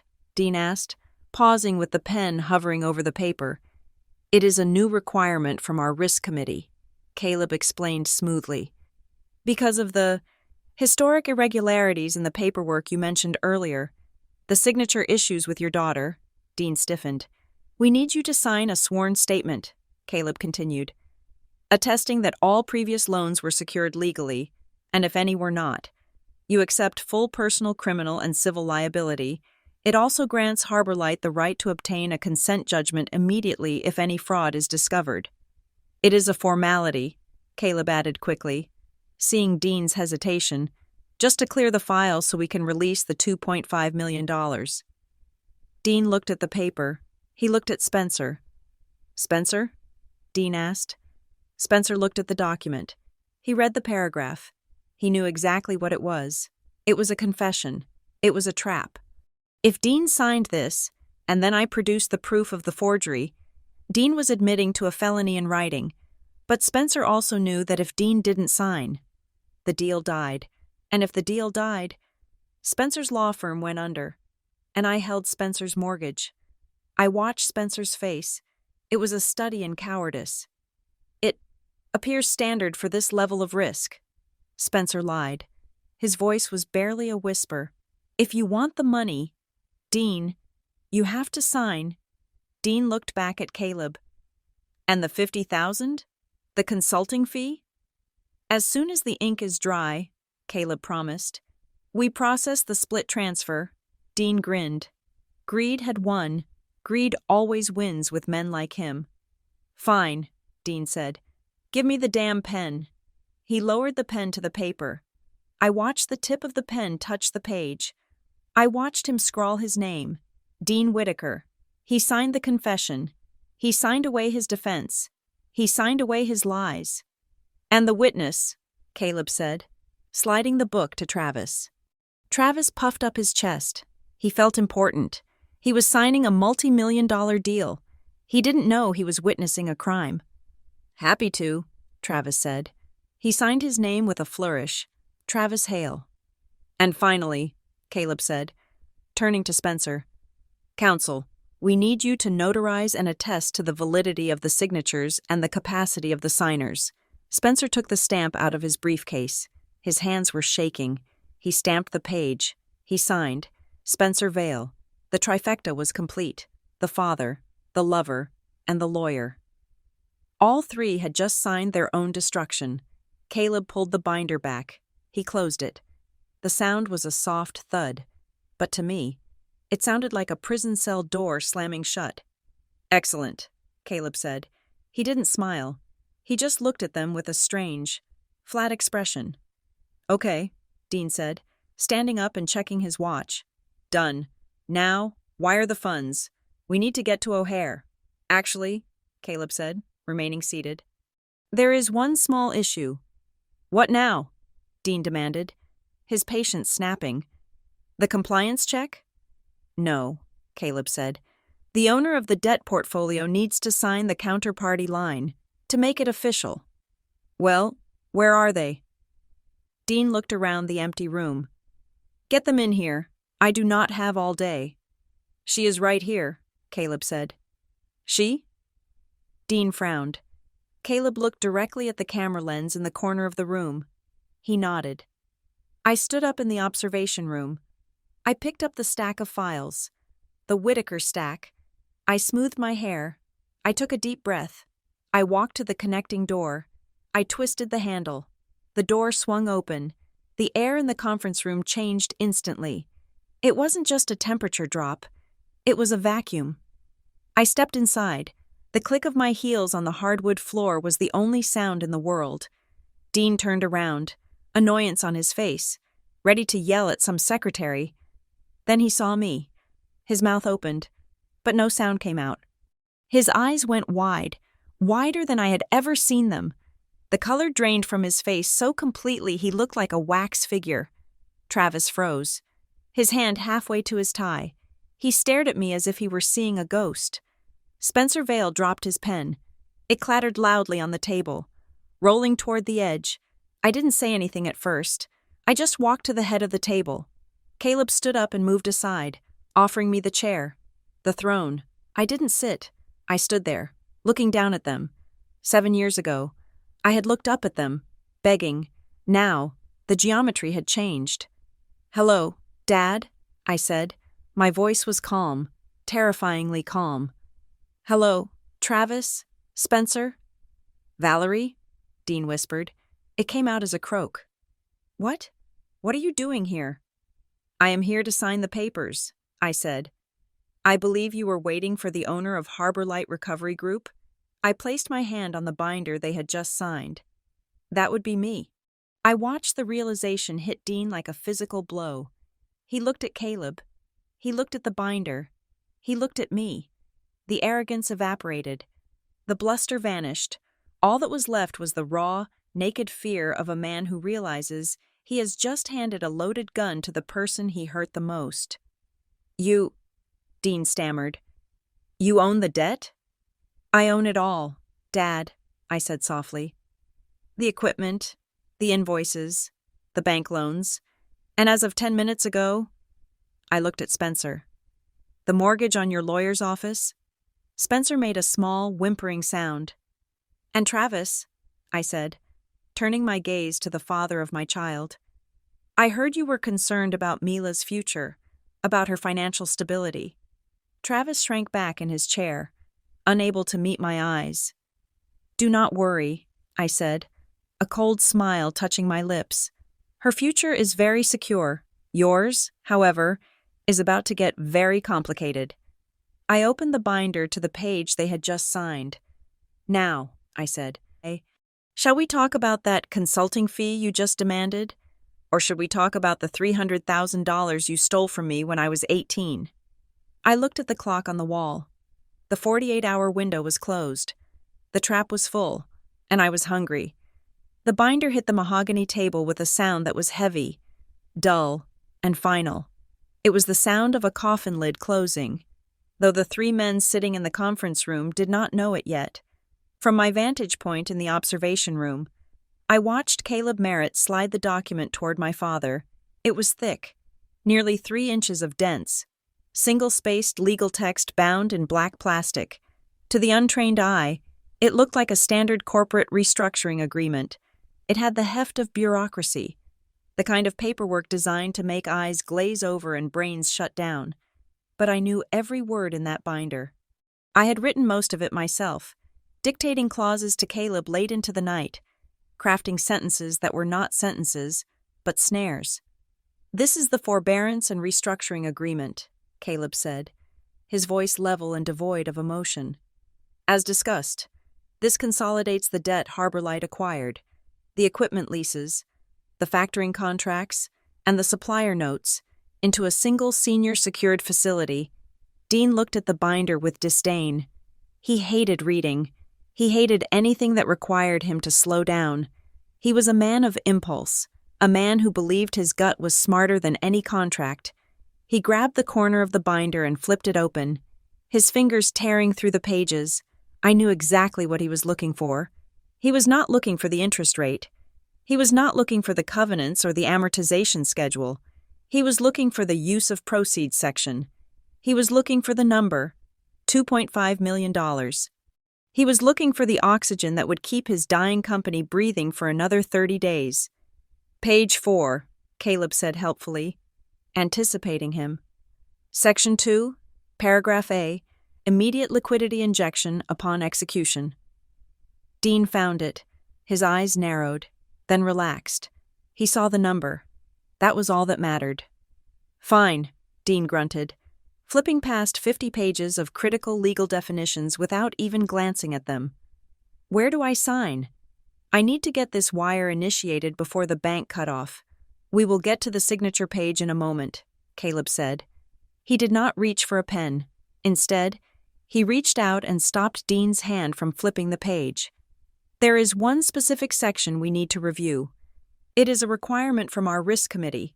Given the unconventional nature of the historical documentation." Dean pulled his hand back as if he had been burned. "What unconventional nature?" "I told you. That old stuff is irrelevant." "To you, perhaps," Caleb said. "But to a secured lender, chain of title is everything. Please turn to tab G, the affidavit of truth and indemnity." I leaned closer to the monitor. This was it. This was the trapdoor. Most people think the most dangerous part of a loan agreement is the interest rate. It is not. The most dangerous part is the representations, warranties. It is the part where you promise that everything you are telling the bank is true. If you lie about the interest rate, you pay a penalty. If you lie in an affidavit, you commit perjury. Dean flipped to tab G. He scanned it quickly, his eyes darting back and forth. "This is boilerplate," Dean dismissed. "It just says I am who I say I am, and the company owns what it says it owns. Standard stuff." "Read the indemnity clause, Mr. Whitaker," Caleb said softly. "Subsection 4. I recited the words in my head as Dean read them. "The borrower acknowledges that any prior use of third-party identities, signatures, or personal guarantees to secure historical financing for the company, whether authorized or unauthorized, is hereby assumed as a direct liability of the borrower. The borrower admits full responsibility for said acts and waives any statute of limitations defense regarding fraud, forgery, or identity theft related to company obligations." It was a mouthful of legal jargon, but translated into plain English, it meant, if you stole your daughter's identity 7 years ago to get a loan, and you sign this paper to get new money today, you are admitting to the crime, you are confessing, and then came the kicker, the legal suicide clause. In the event that evidence of such prior acts is presented, the borrower consents to the immediate entry of a judgment against them in the full amount of the debt, plus punitive damages, without trial or further adjudication. It was a consent judgment. It meant that if I produced the proof I had sitting in the box next to me, Dean would not get a court date. He would not get to argue in front of a jury. He was pre-signing his own guilty verdict. He was handing me the gavel. Dean frowned. He stopped reading. He looked up at Caleb, his eyes hard. "This language," Dean said slowly, "it is very specific. Unauthorized use of third-party identities? Why is this in here?" "As you mentioned earlier," Caleb said, not blinking. "You signed for your daughter, technically, without a power of attorney on file. That is a gray area. Our legal team just wants to make sure that if she ever comes back and sues the company, you are personally liable, not Harbor Light. We are just insulating our investment." It was a lie wrapped in the truth. It made perfect sense. A lender would want to be protected from a family feud. "She is not coming back," Travis interjected, eager to be helpful. "We told you. She is gone." "Then you should have no problem signing it," Caleb said. He looked at his watch, a calculated gesture. "However, I must inform you that the Federal Reserve wire window for same-day settlement closes in exactly 14 minutes. If we do not have executed documents and the wire queued by then, the funds will not clear until Monday." "Monday?" Dean's voice rose an octave. "I cannot wait until Monday. Payroll is Friday. If the checks bounce, the union shuts down the job site. I lose the municipal bid if the site is dark." "Then we need to move," Caleb said. "We need signatures. Now." Dean looked at the paper. He looked at the clock. He was trapped between his greed and his fear. He knew the clause was dangerous. He was not stupid. He was a businessman. He knew he was admitting to something he had kept buried for 7 years. He turned to Spencer Vale. "Spencer," Dean demanded, "look at this. Is this standard? Can I sign this?" This was the moment Spencer Vale died. Professionally speaking, I watched Spencer on the screen. He was sweating. He wiped his forehead with a handkerchief. He pulled the binder toward him and read the clause. Spencer was a lawyer. He knew exactly what that clause was. He knew it was a death trap. He knew that if Dean signed this, and if anyone ever found out about the forgeries, which Spencer himself had notarized, they were both finished. But Spencer also knew something else. He knew he had a mortgage payment of $1.2 million coming due on his own office building. He knew his line of credit was maxed out. He knew that he was expecting a $50,000 legal fee from this transaction, cash he desperately needed to keep his own lights on. If he told Dean not to sign, the deal collapsed. Dean went bankrupt. Spencer got nothing, and Spencer would likely face an audit when Dean's company fell apart. If he told Dean to sign, they got the money. They lived to fight another day. They could kick the can down the road. Spencer was betting that Harbor Light Recovery Group was just a dumb fund that would never look too closely at the old paperwork. Spencer looked at Dean. He looked at the promise of the fee. It is aggressive," Spencer said, his voice cracking slightly. "But it is a distress situation. Dean, lenders dictate terms. If you want the capital today, you do not have leverage to negotiate the indemnity. But is it safe?" Dean pressed. As long as no one digs up the past," Spencer said, glancing nervously at the camera he didn't know was recording him. "It is just a risk allocation. Sign it." Spencer sold him out. For $50,000, Spencer sold his client down the river. Dean let out a breath. He grabbed his Mont Blanc pen, the same pen, or one just like it, that he had handed me 7 years ago. "Fine," Dean said. "Let us get this over with." He flipped to the signature page. He didn't hesitate this time. He pressed the nib to the paper. The scratching sound was amplified by the microphone. It sounded like a match being struck. Dean Whitaker, he signed. He sealed his fate. He admitted to the fraud. He agreed to the judgment. He gave me everything. "Witness," Dean barked, shoving the binder toward Travis. Travis was practically vibrating with excitement. He saw this as his initiation. He was joining the big league. He was helping save the company. He thought this signature would earn him a bonus. Maybe a new car. Maybe that custody battle he wanted to fund. "Right here?" Travis asked, pointing to the line. "Yes," Caleb said. "Print and sign. Date it." Travis signed. Travis Hale. He looked up at Dean, smiling like a golden retriever who had just brought back a dead bird. "Done. We saved it. Dean." "Not yet," Caleb said. "Counsel?" He slid the binder to Spencer. Spencer stared at the document. He had to notarize it. He had to affix his seal. By doing so, he was attesting that Dean signed it willingly, but he was also binding himself to the lie.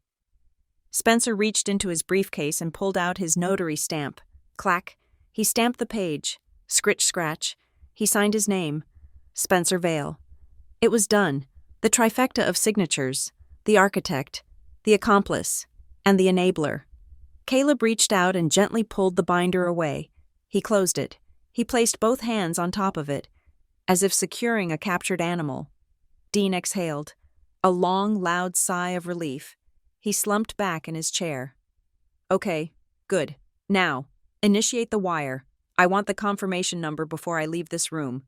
He checked his watch. "We beat the cutoff." "Barely." "Yes," Caleb said. "You beat the cutoff. So?" Dean made a gimme motion with his hand. "The money. Let us go." Caleb didn't move.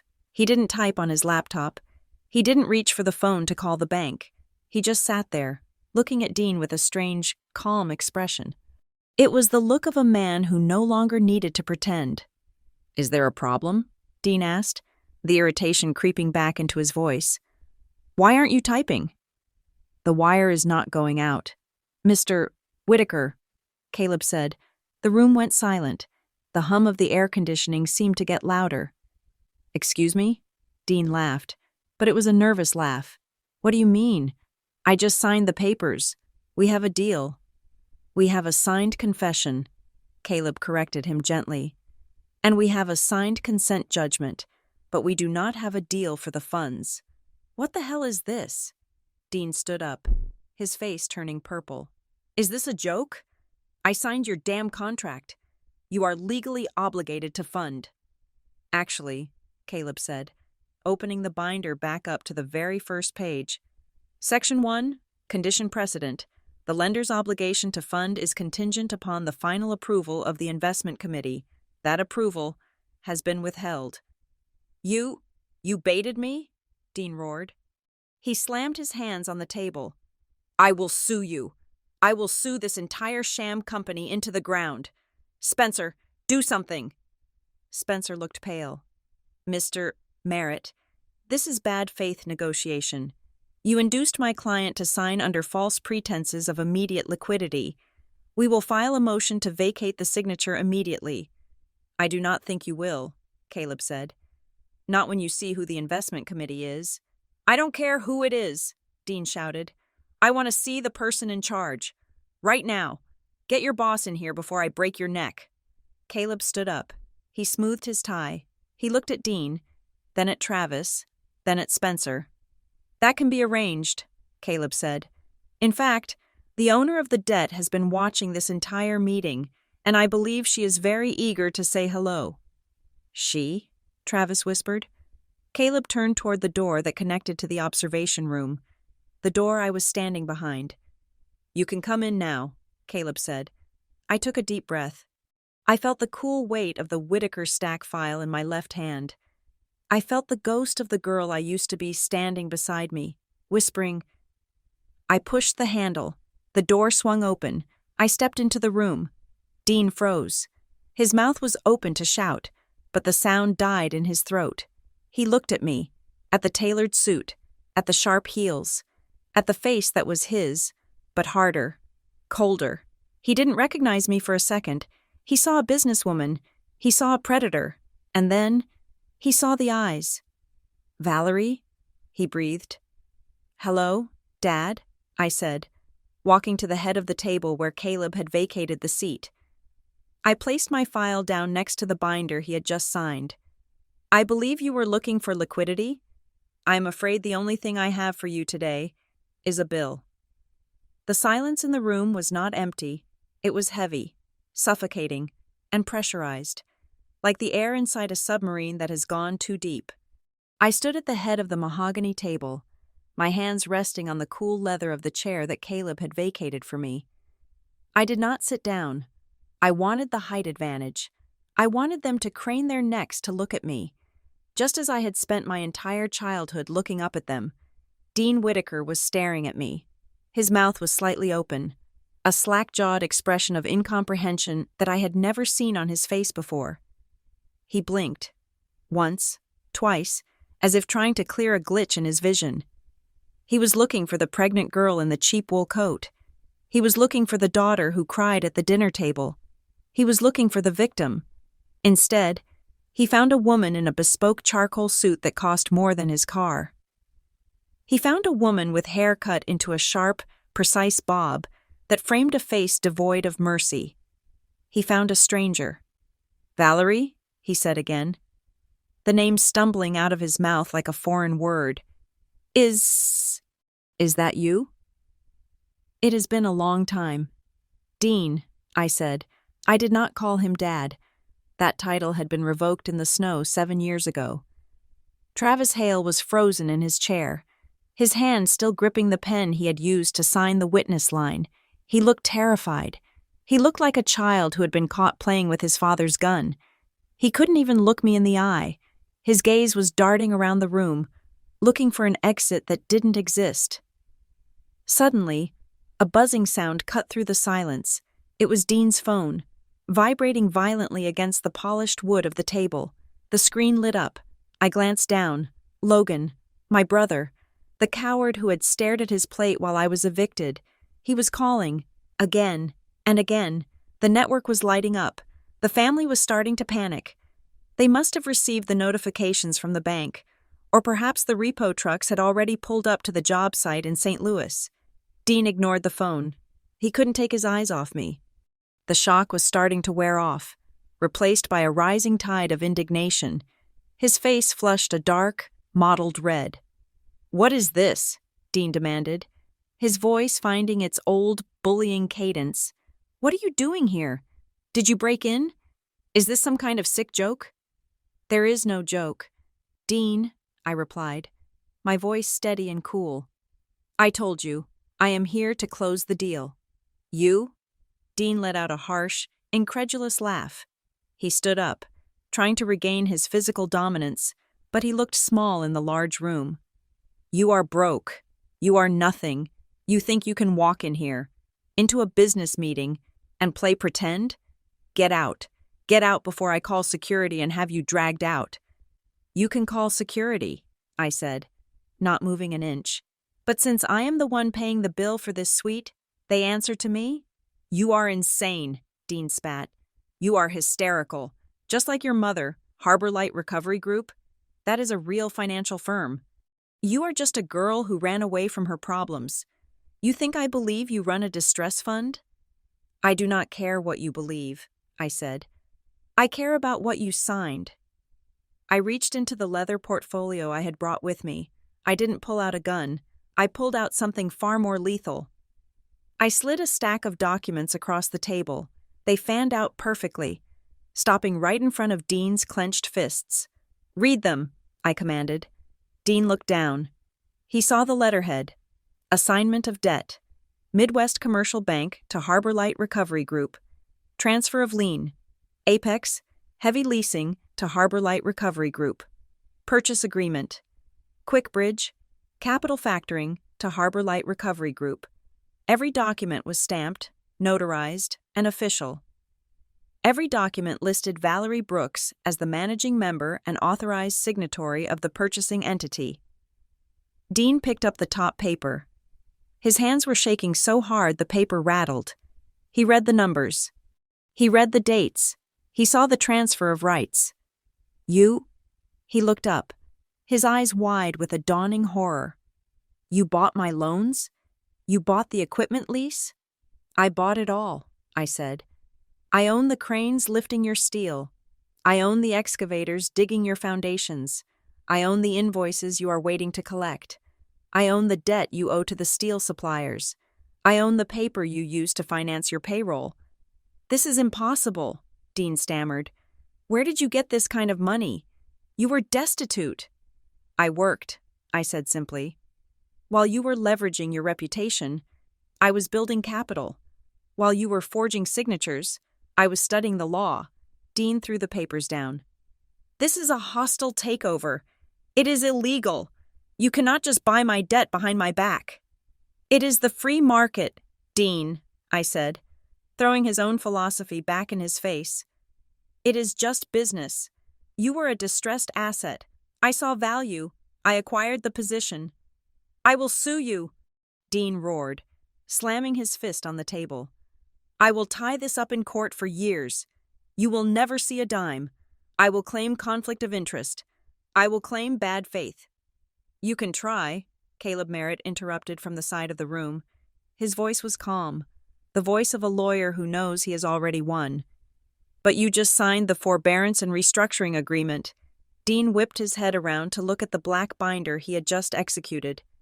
So what? Dean snapped. Section 12? Subsection C?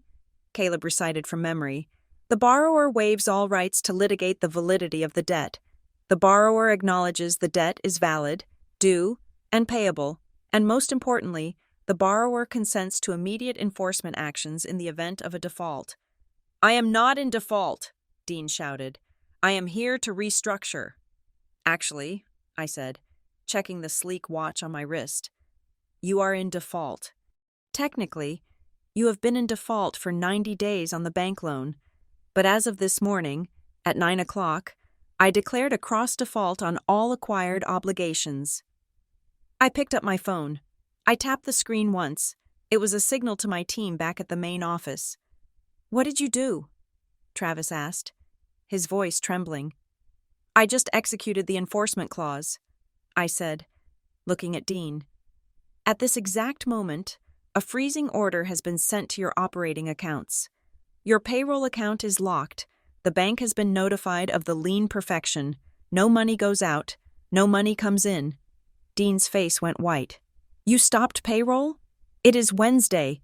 If I cannot pay the men on Friday, then they walk, I finished for him. And the union files a grievance, and the municipal bid is voided. You are killing the company, Dean screamed. You are burning your own inheritance. It is not my inheritance, I said coldly. It is my collateral, and I am liquidating it. Also, I added, relentless. My repo teams are currently at your job site in Chesterfield. They are chaining the gates. The keys to the equipment are being seized.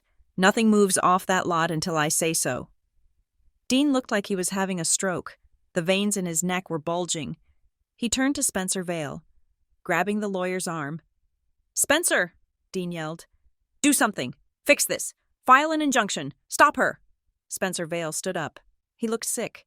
He picked up his briefcase, his hands fumbling with the latch. I need to make a call, Spencer stammered, avoiding my eyes. I need to check the case law. This is highly irregular. I cannot be a party to this. He was trying to run. He was trying to distance himself, to flee the sinking ship before the water reached his neck. He thought he could just walk out of the room and pretend he wasn't the architect of this disaster. Sit down, Spencer, I said. My voice wasn't loud, but it had the crack of a whip. Spencer froze halfway to the door. Ms. Brooks, I am merely outside counsel. I am not a principal in this company. I have no liability here. If you have a dispute with Mr. Whitaker, that is between family members. I am leaving. I said sit down, I repeated. I walked around the table until I was standing directly in front of him. I blocked his path. He was a tall man, but he shrank before me. You are not leaving, I said, because we have business to discuss. Personal business. I have no business with you, Spencer said, trying to muster some dignity. I represent your father. Not anymore, I said. I reached into my portfolio again. I pulled out the second file. This one was thinner. Bound in a blue folder, I dropped it onto the table with a slap. The label on the folder was clearly visible. Lakeside Trust, note 4599, Spencer Vale. Spencer looked at the folder. All the blood drained from his face. He looked like a man who had just seen his own autopsy photos. What is this? He whispered. Open it, I said. He didn't move. Open it, I commanded. Spencer opened the folder with shaking fingers. He stared at the document on top. It was the assignment of mortgage. I own your office building. Spencer, I said, my voice dropping to a conversational, almost intimate volume. I bought the note from Lakeside Trust yesterday. I know about the balloon payment of $1.2 million that is due in 89 days. I know you do not have the cash. I know your line of credit is maxed out. I know about the settlement you paid to your former partner to keep him quiet about the trust account irregularities. Spencer looked up at me. His eyes were wet. He was terrified. He choked out. You bought my mortgage? I did, I said. And here is the interesting part. The mortgage agreement has a clause regarding the moral character and financial stability of the borrower. Given that you just notarized a fraudulent document in this very room, I gestured to the binder where he had stamped his seal on Dean's lie. I have grounds to declare the note in default immediately. I can call the loan today, right now, this afternoon. Spencer grabbed the edge of the table to steady himself. Please, Valerie, Ms. Brooks, do not do this. If you call the loan, I lose the firm. I lose my license. I lose everything. I know, I said. That is the point. Dean was watching this exchange with horror. He realized suddenly that his flank was exposed. His protector had just been taken hostage. Spencer? Dean asked weakly. What is she talking about? Spencer ignored him. He was looking only at me, pleading with his eyes. What do you want? Spencer whispered. I want the truth, I said, and I want cooperation. I leaned in close, so only he could hear the steel in my voice. You have two choices. Spencer, option A. You walk out that door with Dean. You continue to defend him. You file your injunctions. And by 5 o'clock today, I will have a padlock on the door of your law firm. And I will report your conduct to the Bar Association with the evidence of the forgery you notarized 7 years ago. Spencer flinched. Or option B, I continued. You sit back down. You acknowledge that Harbor Light is the rightful owner of the debt. You hand over every single internal email, memo, and document you have regarding Dean's finances and the Blue Water Consulting Holding Company. You turn witness, and if you do that, maybe, just maybe, I will extend your mortgage term. I will give you time. Spencer looked at Dean. Dean was red-faced, furious, but powerless. Spencer, do not listen to her, Dean shouted. She is bluffing. She cannot touch you. She owns the note. Dean, Spencer said, his voice hollow. She is not bluffing. She owns the building. So you are going to betray me? Dean snarled. After 20 years? I have to survive, Spencer said. He looked at me, defeat written in every line of his body. I choose option B. Good choice, I said. I turned back to Dean. He was standing alone on his side of the table. Travis was cowering. Spencer had defected. The walls were closing in. You see, Dad, I said, using the word like a weapon. You told me once that I was a liability. You threw me away because you thought I had no value. But you forgot the most basic rule of the industry you claim to love. I picked up the binder, the confession he had signed. Distressed assets are the most dangerous kind, I said, because they have nothing left to lose, and when they come back with interest. Dean stared at me with pure hatred. You ungrateful witch, I gave you life, and then you tried to destroy it, I countered. Now, I am just balancing the books. I will not let you take my company, Dean hissed. I will burn it to the ground first. You cannot, I said calmly, because you just signed over control. Read the agreement. Dean, effective immediately. Harbor Light Recovery Group has the power of attorney to appoint a chief restructuring officer. I am firing you." "You cannot fire me," Dean screamed. "I am the owner. I am Whitaker, Sight and Steel." "Not anymore," I said. "You are just the debtor, and your credit is no good here." I looked at Caleb. "Escort Mr. Whitaker out. He is trespassing on company property." "This is not over," Dean yelled as Caleb stepped forward. "Travis, are you just going to sit there?" Travis looked up, his eyes wide. He looked at me. He looked at the stack of evidence. He looked at Spencer, who was staring at the floor. Travis stammered. I think I should go." "Sit down, Travis," I said. Travis froze. "Dean leaves," I said. "You stay. We have not discussed the custody matter you brought up earlier. I believe you wanted to talk about my daughter?"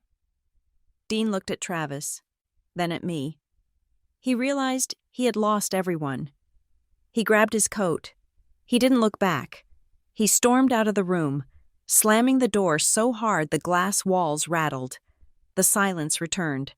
But this time, it was the silence of a battlefield after the enemy general has fled. I turned my gaze to Travis. He was sweating. He looked like he was about to be sick.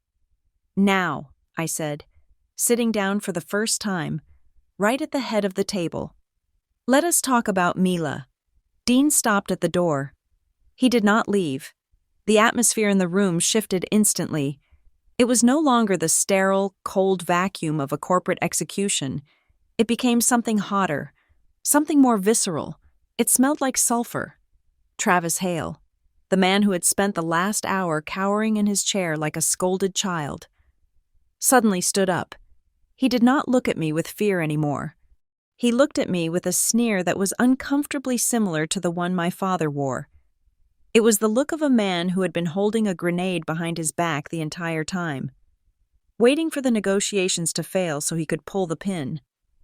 He reached into his briefcase, the cheap leather one that looked out of place next to Dean's Italian calfskin, and pulled out a file.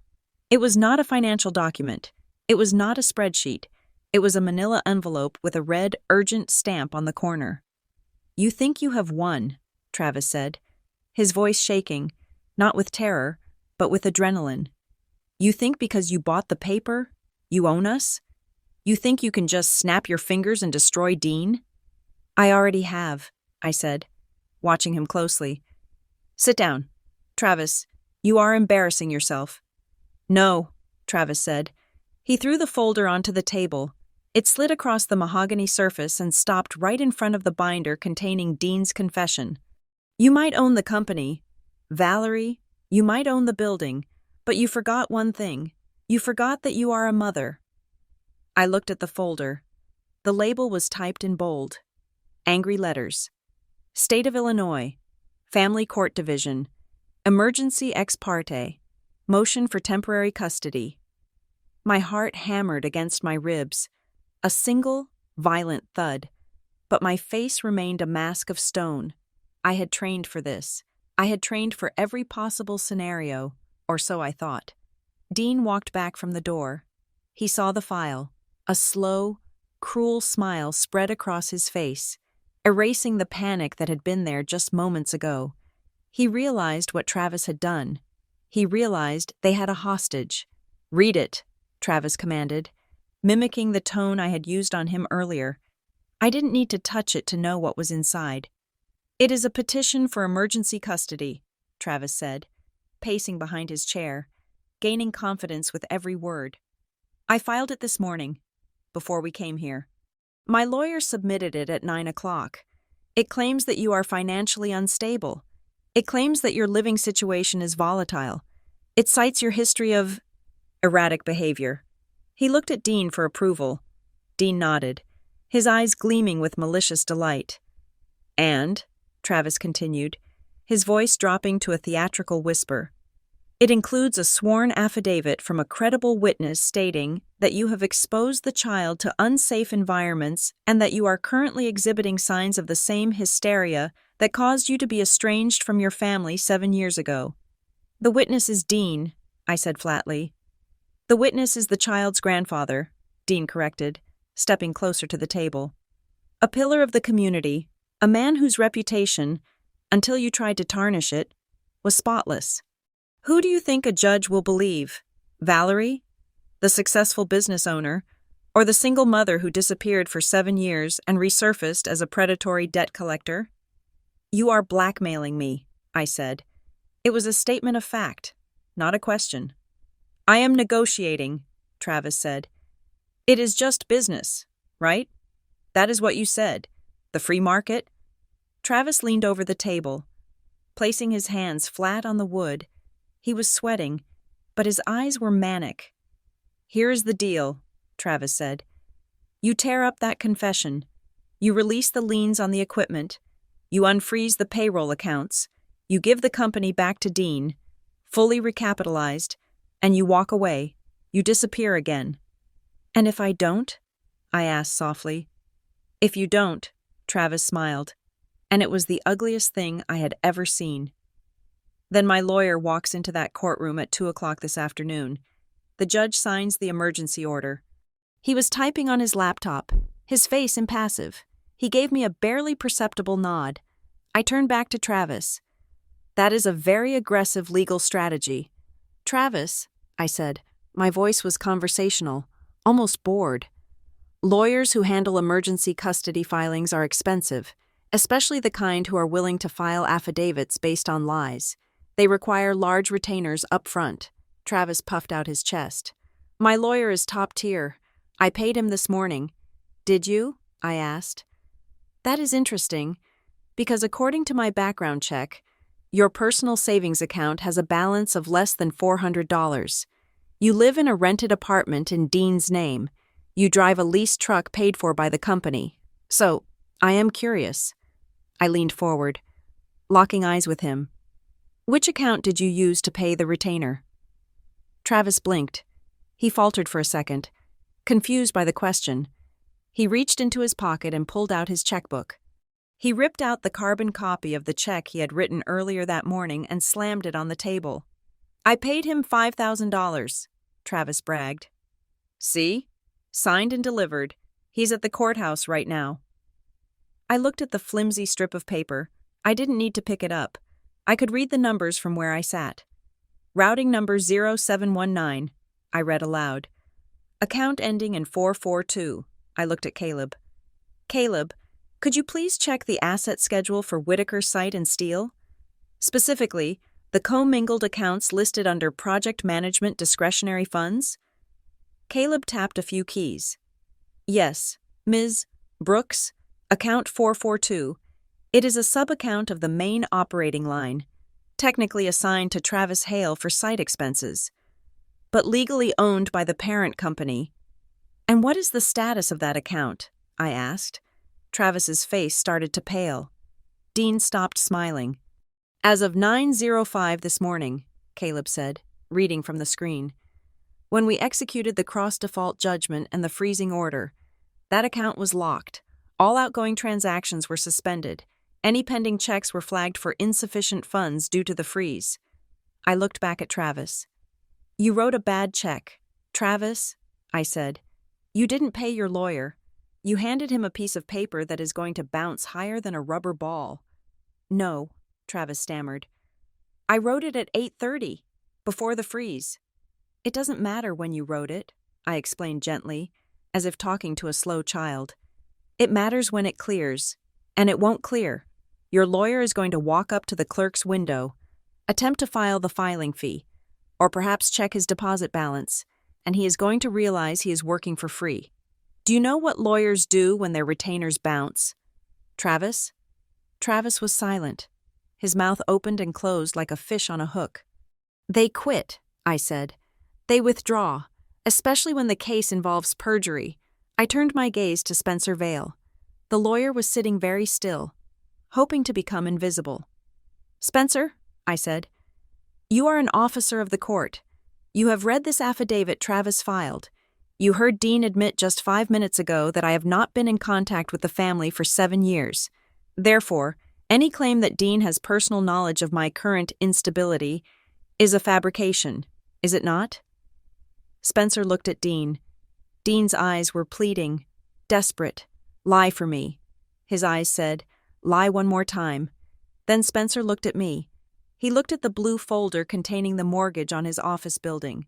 He looked at the woman who held his financial life in her hands. Spencer, Dean barked. Tell her. Spencer cleared his throat. He did not look at Dean. The affidavit appears to be problematic, Spencer said, his voice quiet but clear. If Mr. Whitaker has not seen Miss Brooks in 7 years, he cannot swear to her current mental state or living conditions. To do so would be perjury, and filing it with the court would be a fraud upon the tribunal. And if you were the lawyer representing Travis, I pressed, and you found out your client paid you with a bounced check and asked you to file a perjured document, what would you do? I would withdraw immediately, Spencer said, and I would likely report the client to the judge to protect my license. The silence that followed was absolute. Travis looked at the carbon copy of the check. He looked at the folder. The weapon he thought he had was not a gun. It was a toy. He had tried to buy a war he couldn't afford. Dean slammed his hand against the door frame. You useless idiot, he screamed at Travis. You told me you handled it. You told me the lawyer was paid. I thought the account was safe, Travis whined, backing away. I didn't know she could freeze the sub-accounts. I own the company, Travis, I said. I freeze everything. I freeze the fuel in the trucks. I freeze the coffee in the break room. And I definitely freeze the money you try to use to steal my daughter. Travis slumped into his chair. He put his head in his hands. The arrogance was gone, replaced by the pathetic reality of who he really was, a man who had ridden Dean's coattails for 7 years and had never achieved anything on his own. Please, Travis whispered, his voice muffled by his palms. Valerie, don't do this. I just wanted to see her. Dean said. Do not blame Dean, I cut him off. You signed the paper. You filed the motion. I stood up and walked over to where Travis was sitting. I picked up the folder. The emergency custody petition. I didn't open it. I held it like it was contaminated waste. You wanted to make a deal? I asked. Here's the deal. You are going to call your lawyer right now. You are going to tell him to withdraw the motion. You are going to tell him it was a mistake, and then you are going to resign from Whitaker Site and Steel. But, Travis looked up, tears in his eyes. I need this job. I have bills. You should have thought about that before you tried to kidnap my daughter with a court order, I said. I leaned down, bringing my face inches from his. Mila is not a pawn, Travis, I hissed. She is a person. She is my universe. And you? You do not have the money to buy a seat at the table, let alone buy the board. Dean watched us, his chest heaving. He had lost. His financial leverage was gone. His legal leverage was gone. His family leverage was gone. You are a monster, Dean whispered. You are colder than I ever was. I learned from the best, I said. Straightening up, Caleb cleared his throat. Ms. Brooks? We have the confirmation. The lawyer for Mr. Hale has been notified by his bank about the returned check. He just sent an email to the court clerk CCing Travis's work email, which I have access to. He is withdrawing the filing for non-payment. See? I said, tossing the folder back at Travis. Problem solved. Now, gentlemen, get out of my office. I have a company to liquidate. Dean turned to the door. He was broken. He looked old.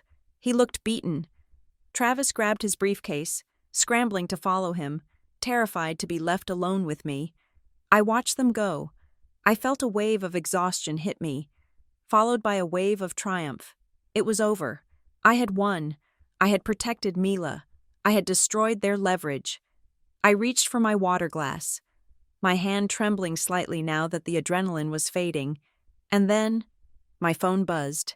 It wasn't a text. It was a calendar notification. I looked at the screen. Alert. Family Court Hearing. Case 26-D-409. Hale v. Brooks. Status. Confirmed. Time, 2 p.m. Today, location, courtroom 4. I froze. "Caleb," I said, my voice sharp. "You said the lawyer withdrew.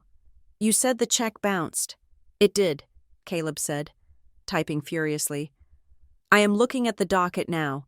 The filing fee was paid. The retainer was posted." "How?" I demanded. "Travis's accounts are frozen. Dean's accounts are frozen." Caleb's face went pale as he looked at the screen. "It wasn't paid by Travis," Caleb said, "and it wasn't paid by Dean." "Then who?" "There is a third-party intervener," Caleb said. "Someone just wired $20,000 to the court registry and Travis's lawyer directly. They bypassed the banking freeze by using an offshore trust." "Who?" I repeated. "Who else is involved in this?" Caleb looked up at me. "The wire came from a trust fund in New York, the Whitaker Family Preservation Trust. The trustee is Ruth Whitaker, my stepmother.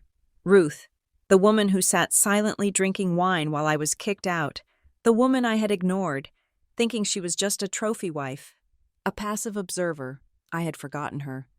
I had underestimated her. Dean and Travis were broke. But Ruth came from old money. Ruth had her own accounts that I hadn't touched because her name wasn't on the company documents. While I was busy hunting the men, the quiet woman in the background had just paid for the war to continue. The phone buzzed again. A text message from an unknown number. "You should have stayed gone. Valerie, see you in court." I stared at the phone. The trap hadn't snapped shut. It had just been pried open by a hand I didn't see coming. "Get the car," I told Caleb. "We are going to court." The hallway of the Cook County Courthouse smelled of floor wax and stale anxiety. It was a smell I knew well. But today, it smelled like victory. I walked toward courtroom 4B with a phalanx of suits around me. I was not alone. While Travis and Dean had relied on a frantic, last-minute check from a bouncy bank account and then a desperate wire from Ruth, I had prepared for this war months ago.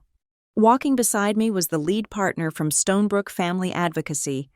Her name was Evelyn Stone, a woman who ate aggressive fathers for breakfast and picked her teeth with their subpoenas. I had paid her retainer 6 months ago, listing it under insurance in my personal budget. I knew that when I cornered a rat like Travis, he would try to bite the thing I loved most. I had built a fortress around Mila long before they even thought to attack her. We entered the courtroom. Travis was already there, sitting next to a lawyer who looked expensive but tired.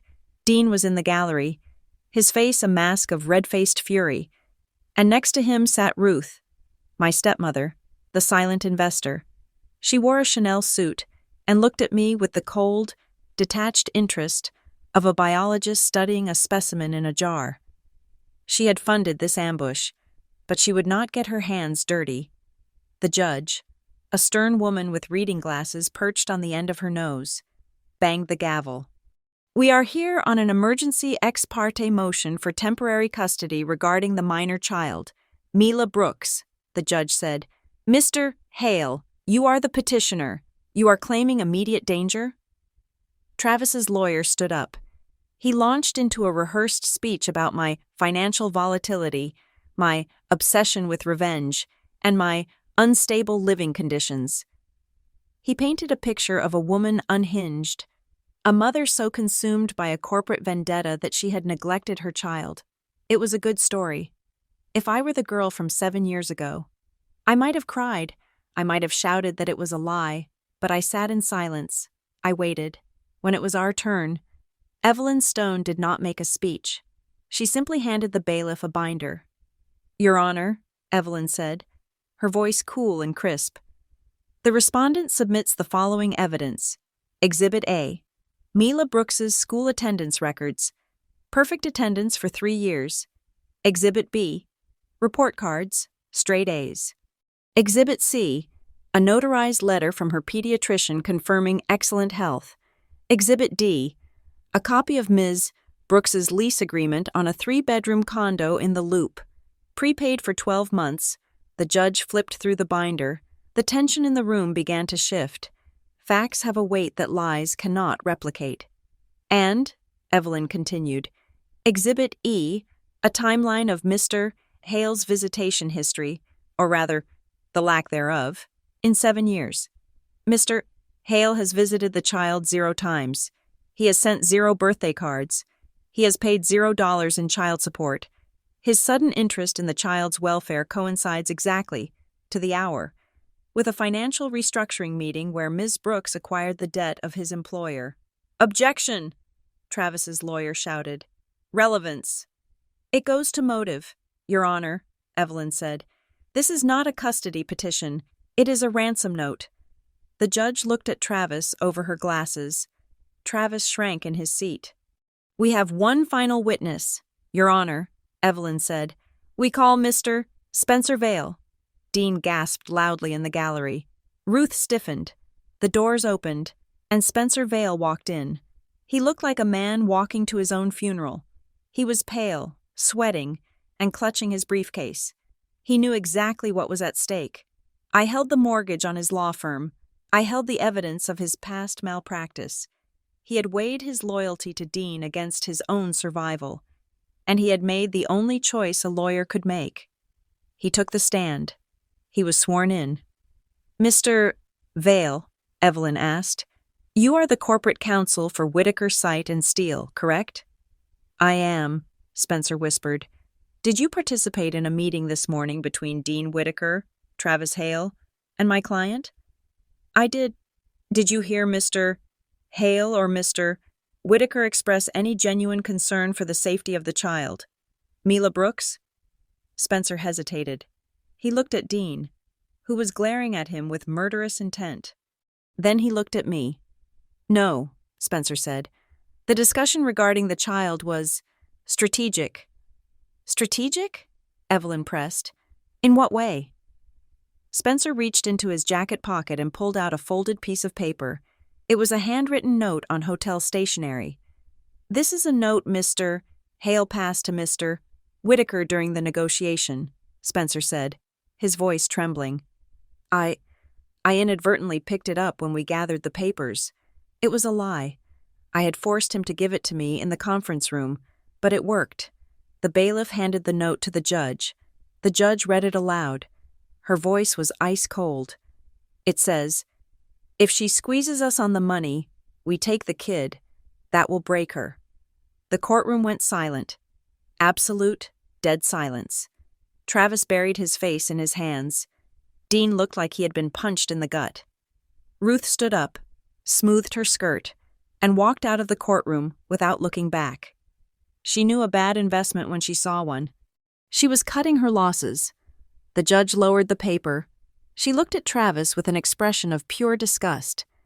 "Mr. Hale," the judge said, "in 20 years on the bench, I have never seen a more appalling abuse of the emergency court system. You have wasted this court's time, and you have attempted to weaponize a child for financial leverage." "Your Honor, Travis's lawyer started. "Sit down, counselor," the judge snapped. "The motion is denied with prejudice. Furthermore, I am issuing a temporary restraining order preventing Mr. Hale from contacting the child or the mother until a full hearing can be held on the matter of his parental rights, which, frankly, seem non-existent." She banged the gavel. It sounded like a gunshot. "Dismissed." I stood up. I didn't look at Travis. He was finished. He was a shell. I walked out of the courtroom. Evelyn Stone flanking me. Dean was waiting in the hallway. He was alone now. Ruth had left him. Travis was being dressed down by his unpaid lawyer inside. Dean looked smaller than he ever had. The swagger was gone. The arrogance was gone. He looked like what he was, an old man with a failing business and no family. "Valerie," he said. His voice was cracked. I stopped. I checked my phone. A message from my operations manager at Harbor Light. "Liquidation active. Assets frozen. Foreclosure notices posted." "It is done. Dean," I said. "My team just seized the site. The locks are changed. The accounts are drained to pay the secured creditors, which is me. Whitaker, Sight, and Steele is effectively closed." Dean slumped against the wall. "You cannot do this. It is my life's work. It is the family legacy." "The legacy was a lie," I said. "It was built on debt and forgery. I am just balancing the books. I am your father, he whispered. Tears were welling in his eyes. Real tears? Or just fear? It didn't matter anymore. Please, have some mercy. Do not leave me with nothing. I will be the laughingstock of St. Louis. I will be a pauper. You kicked me out into the snow with $50 and a baby, I reminded him. You told me I was a liability. You told me not to come back until my life collapsed. I stepped closer to him. Well, I came back, but my life did not collapse. Dad, yours did. I signaled to Caleb, who was waiting down the hall with his briefcase. Caleb walked over and pulled out a single, thin document. However, I said, I am a businesswoman, and I believe in offering a final exit strategy. Dean looked at the paper. What is this? It is a confession, I said, and a settlement agreement. I already signed the confession in the binder, he said. That was for the loan. I corrected him. This is for the police. This document details the identity theft you committed against me when I was 18. It details the 3 fraudulent loans. It details the forgery. Dean recoiled. You want me to sign a confession for the police? You are sending me to jail? Read the second paragraph, I said. He squinted at the text. The undersigned agrees to a permanent barring from any corporate officer role in the state of Missouri. The undersigned agrees to transfer 100% of his remaining equity in Whitaker Site and Steel to the victim as restitution. In exchange, the victim agrees to seal this confession and refrain from pressing criminal charges, provided the undersigned abides by a permanent non-contact order. You have a choice, I said. Option A. You sign this, you give me the shell of the company, you retire, you go move into that lake house, which I will kindly allow you to keep as a life estate, provided you never speak my name again, you fade away quietly. And option B? He asked hoarsely. Option B, I said.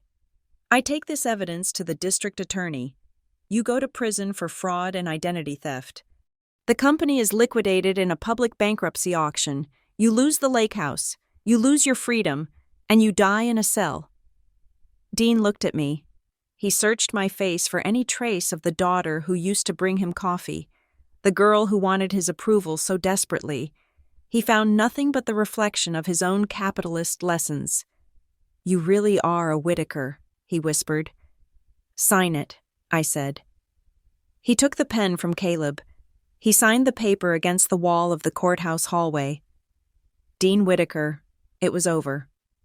He handed the paper back to me. He looked old. He looked hollow. Goodbye, Dean, I said. I turned and walked away.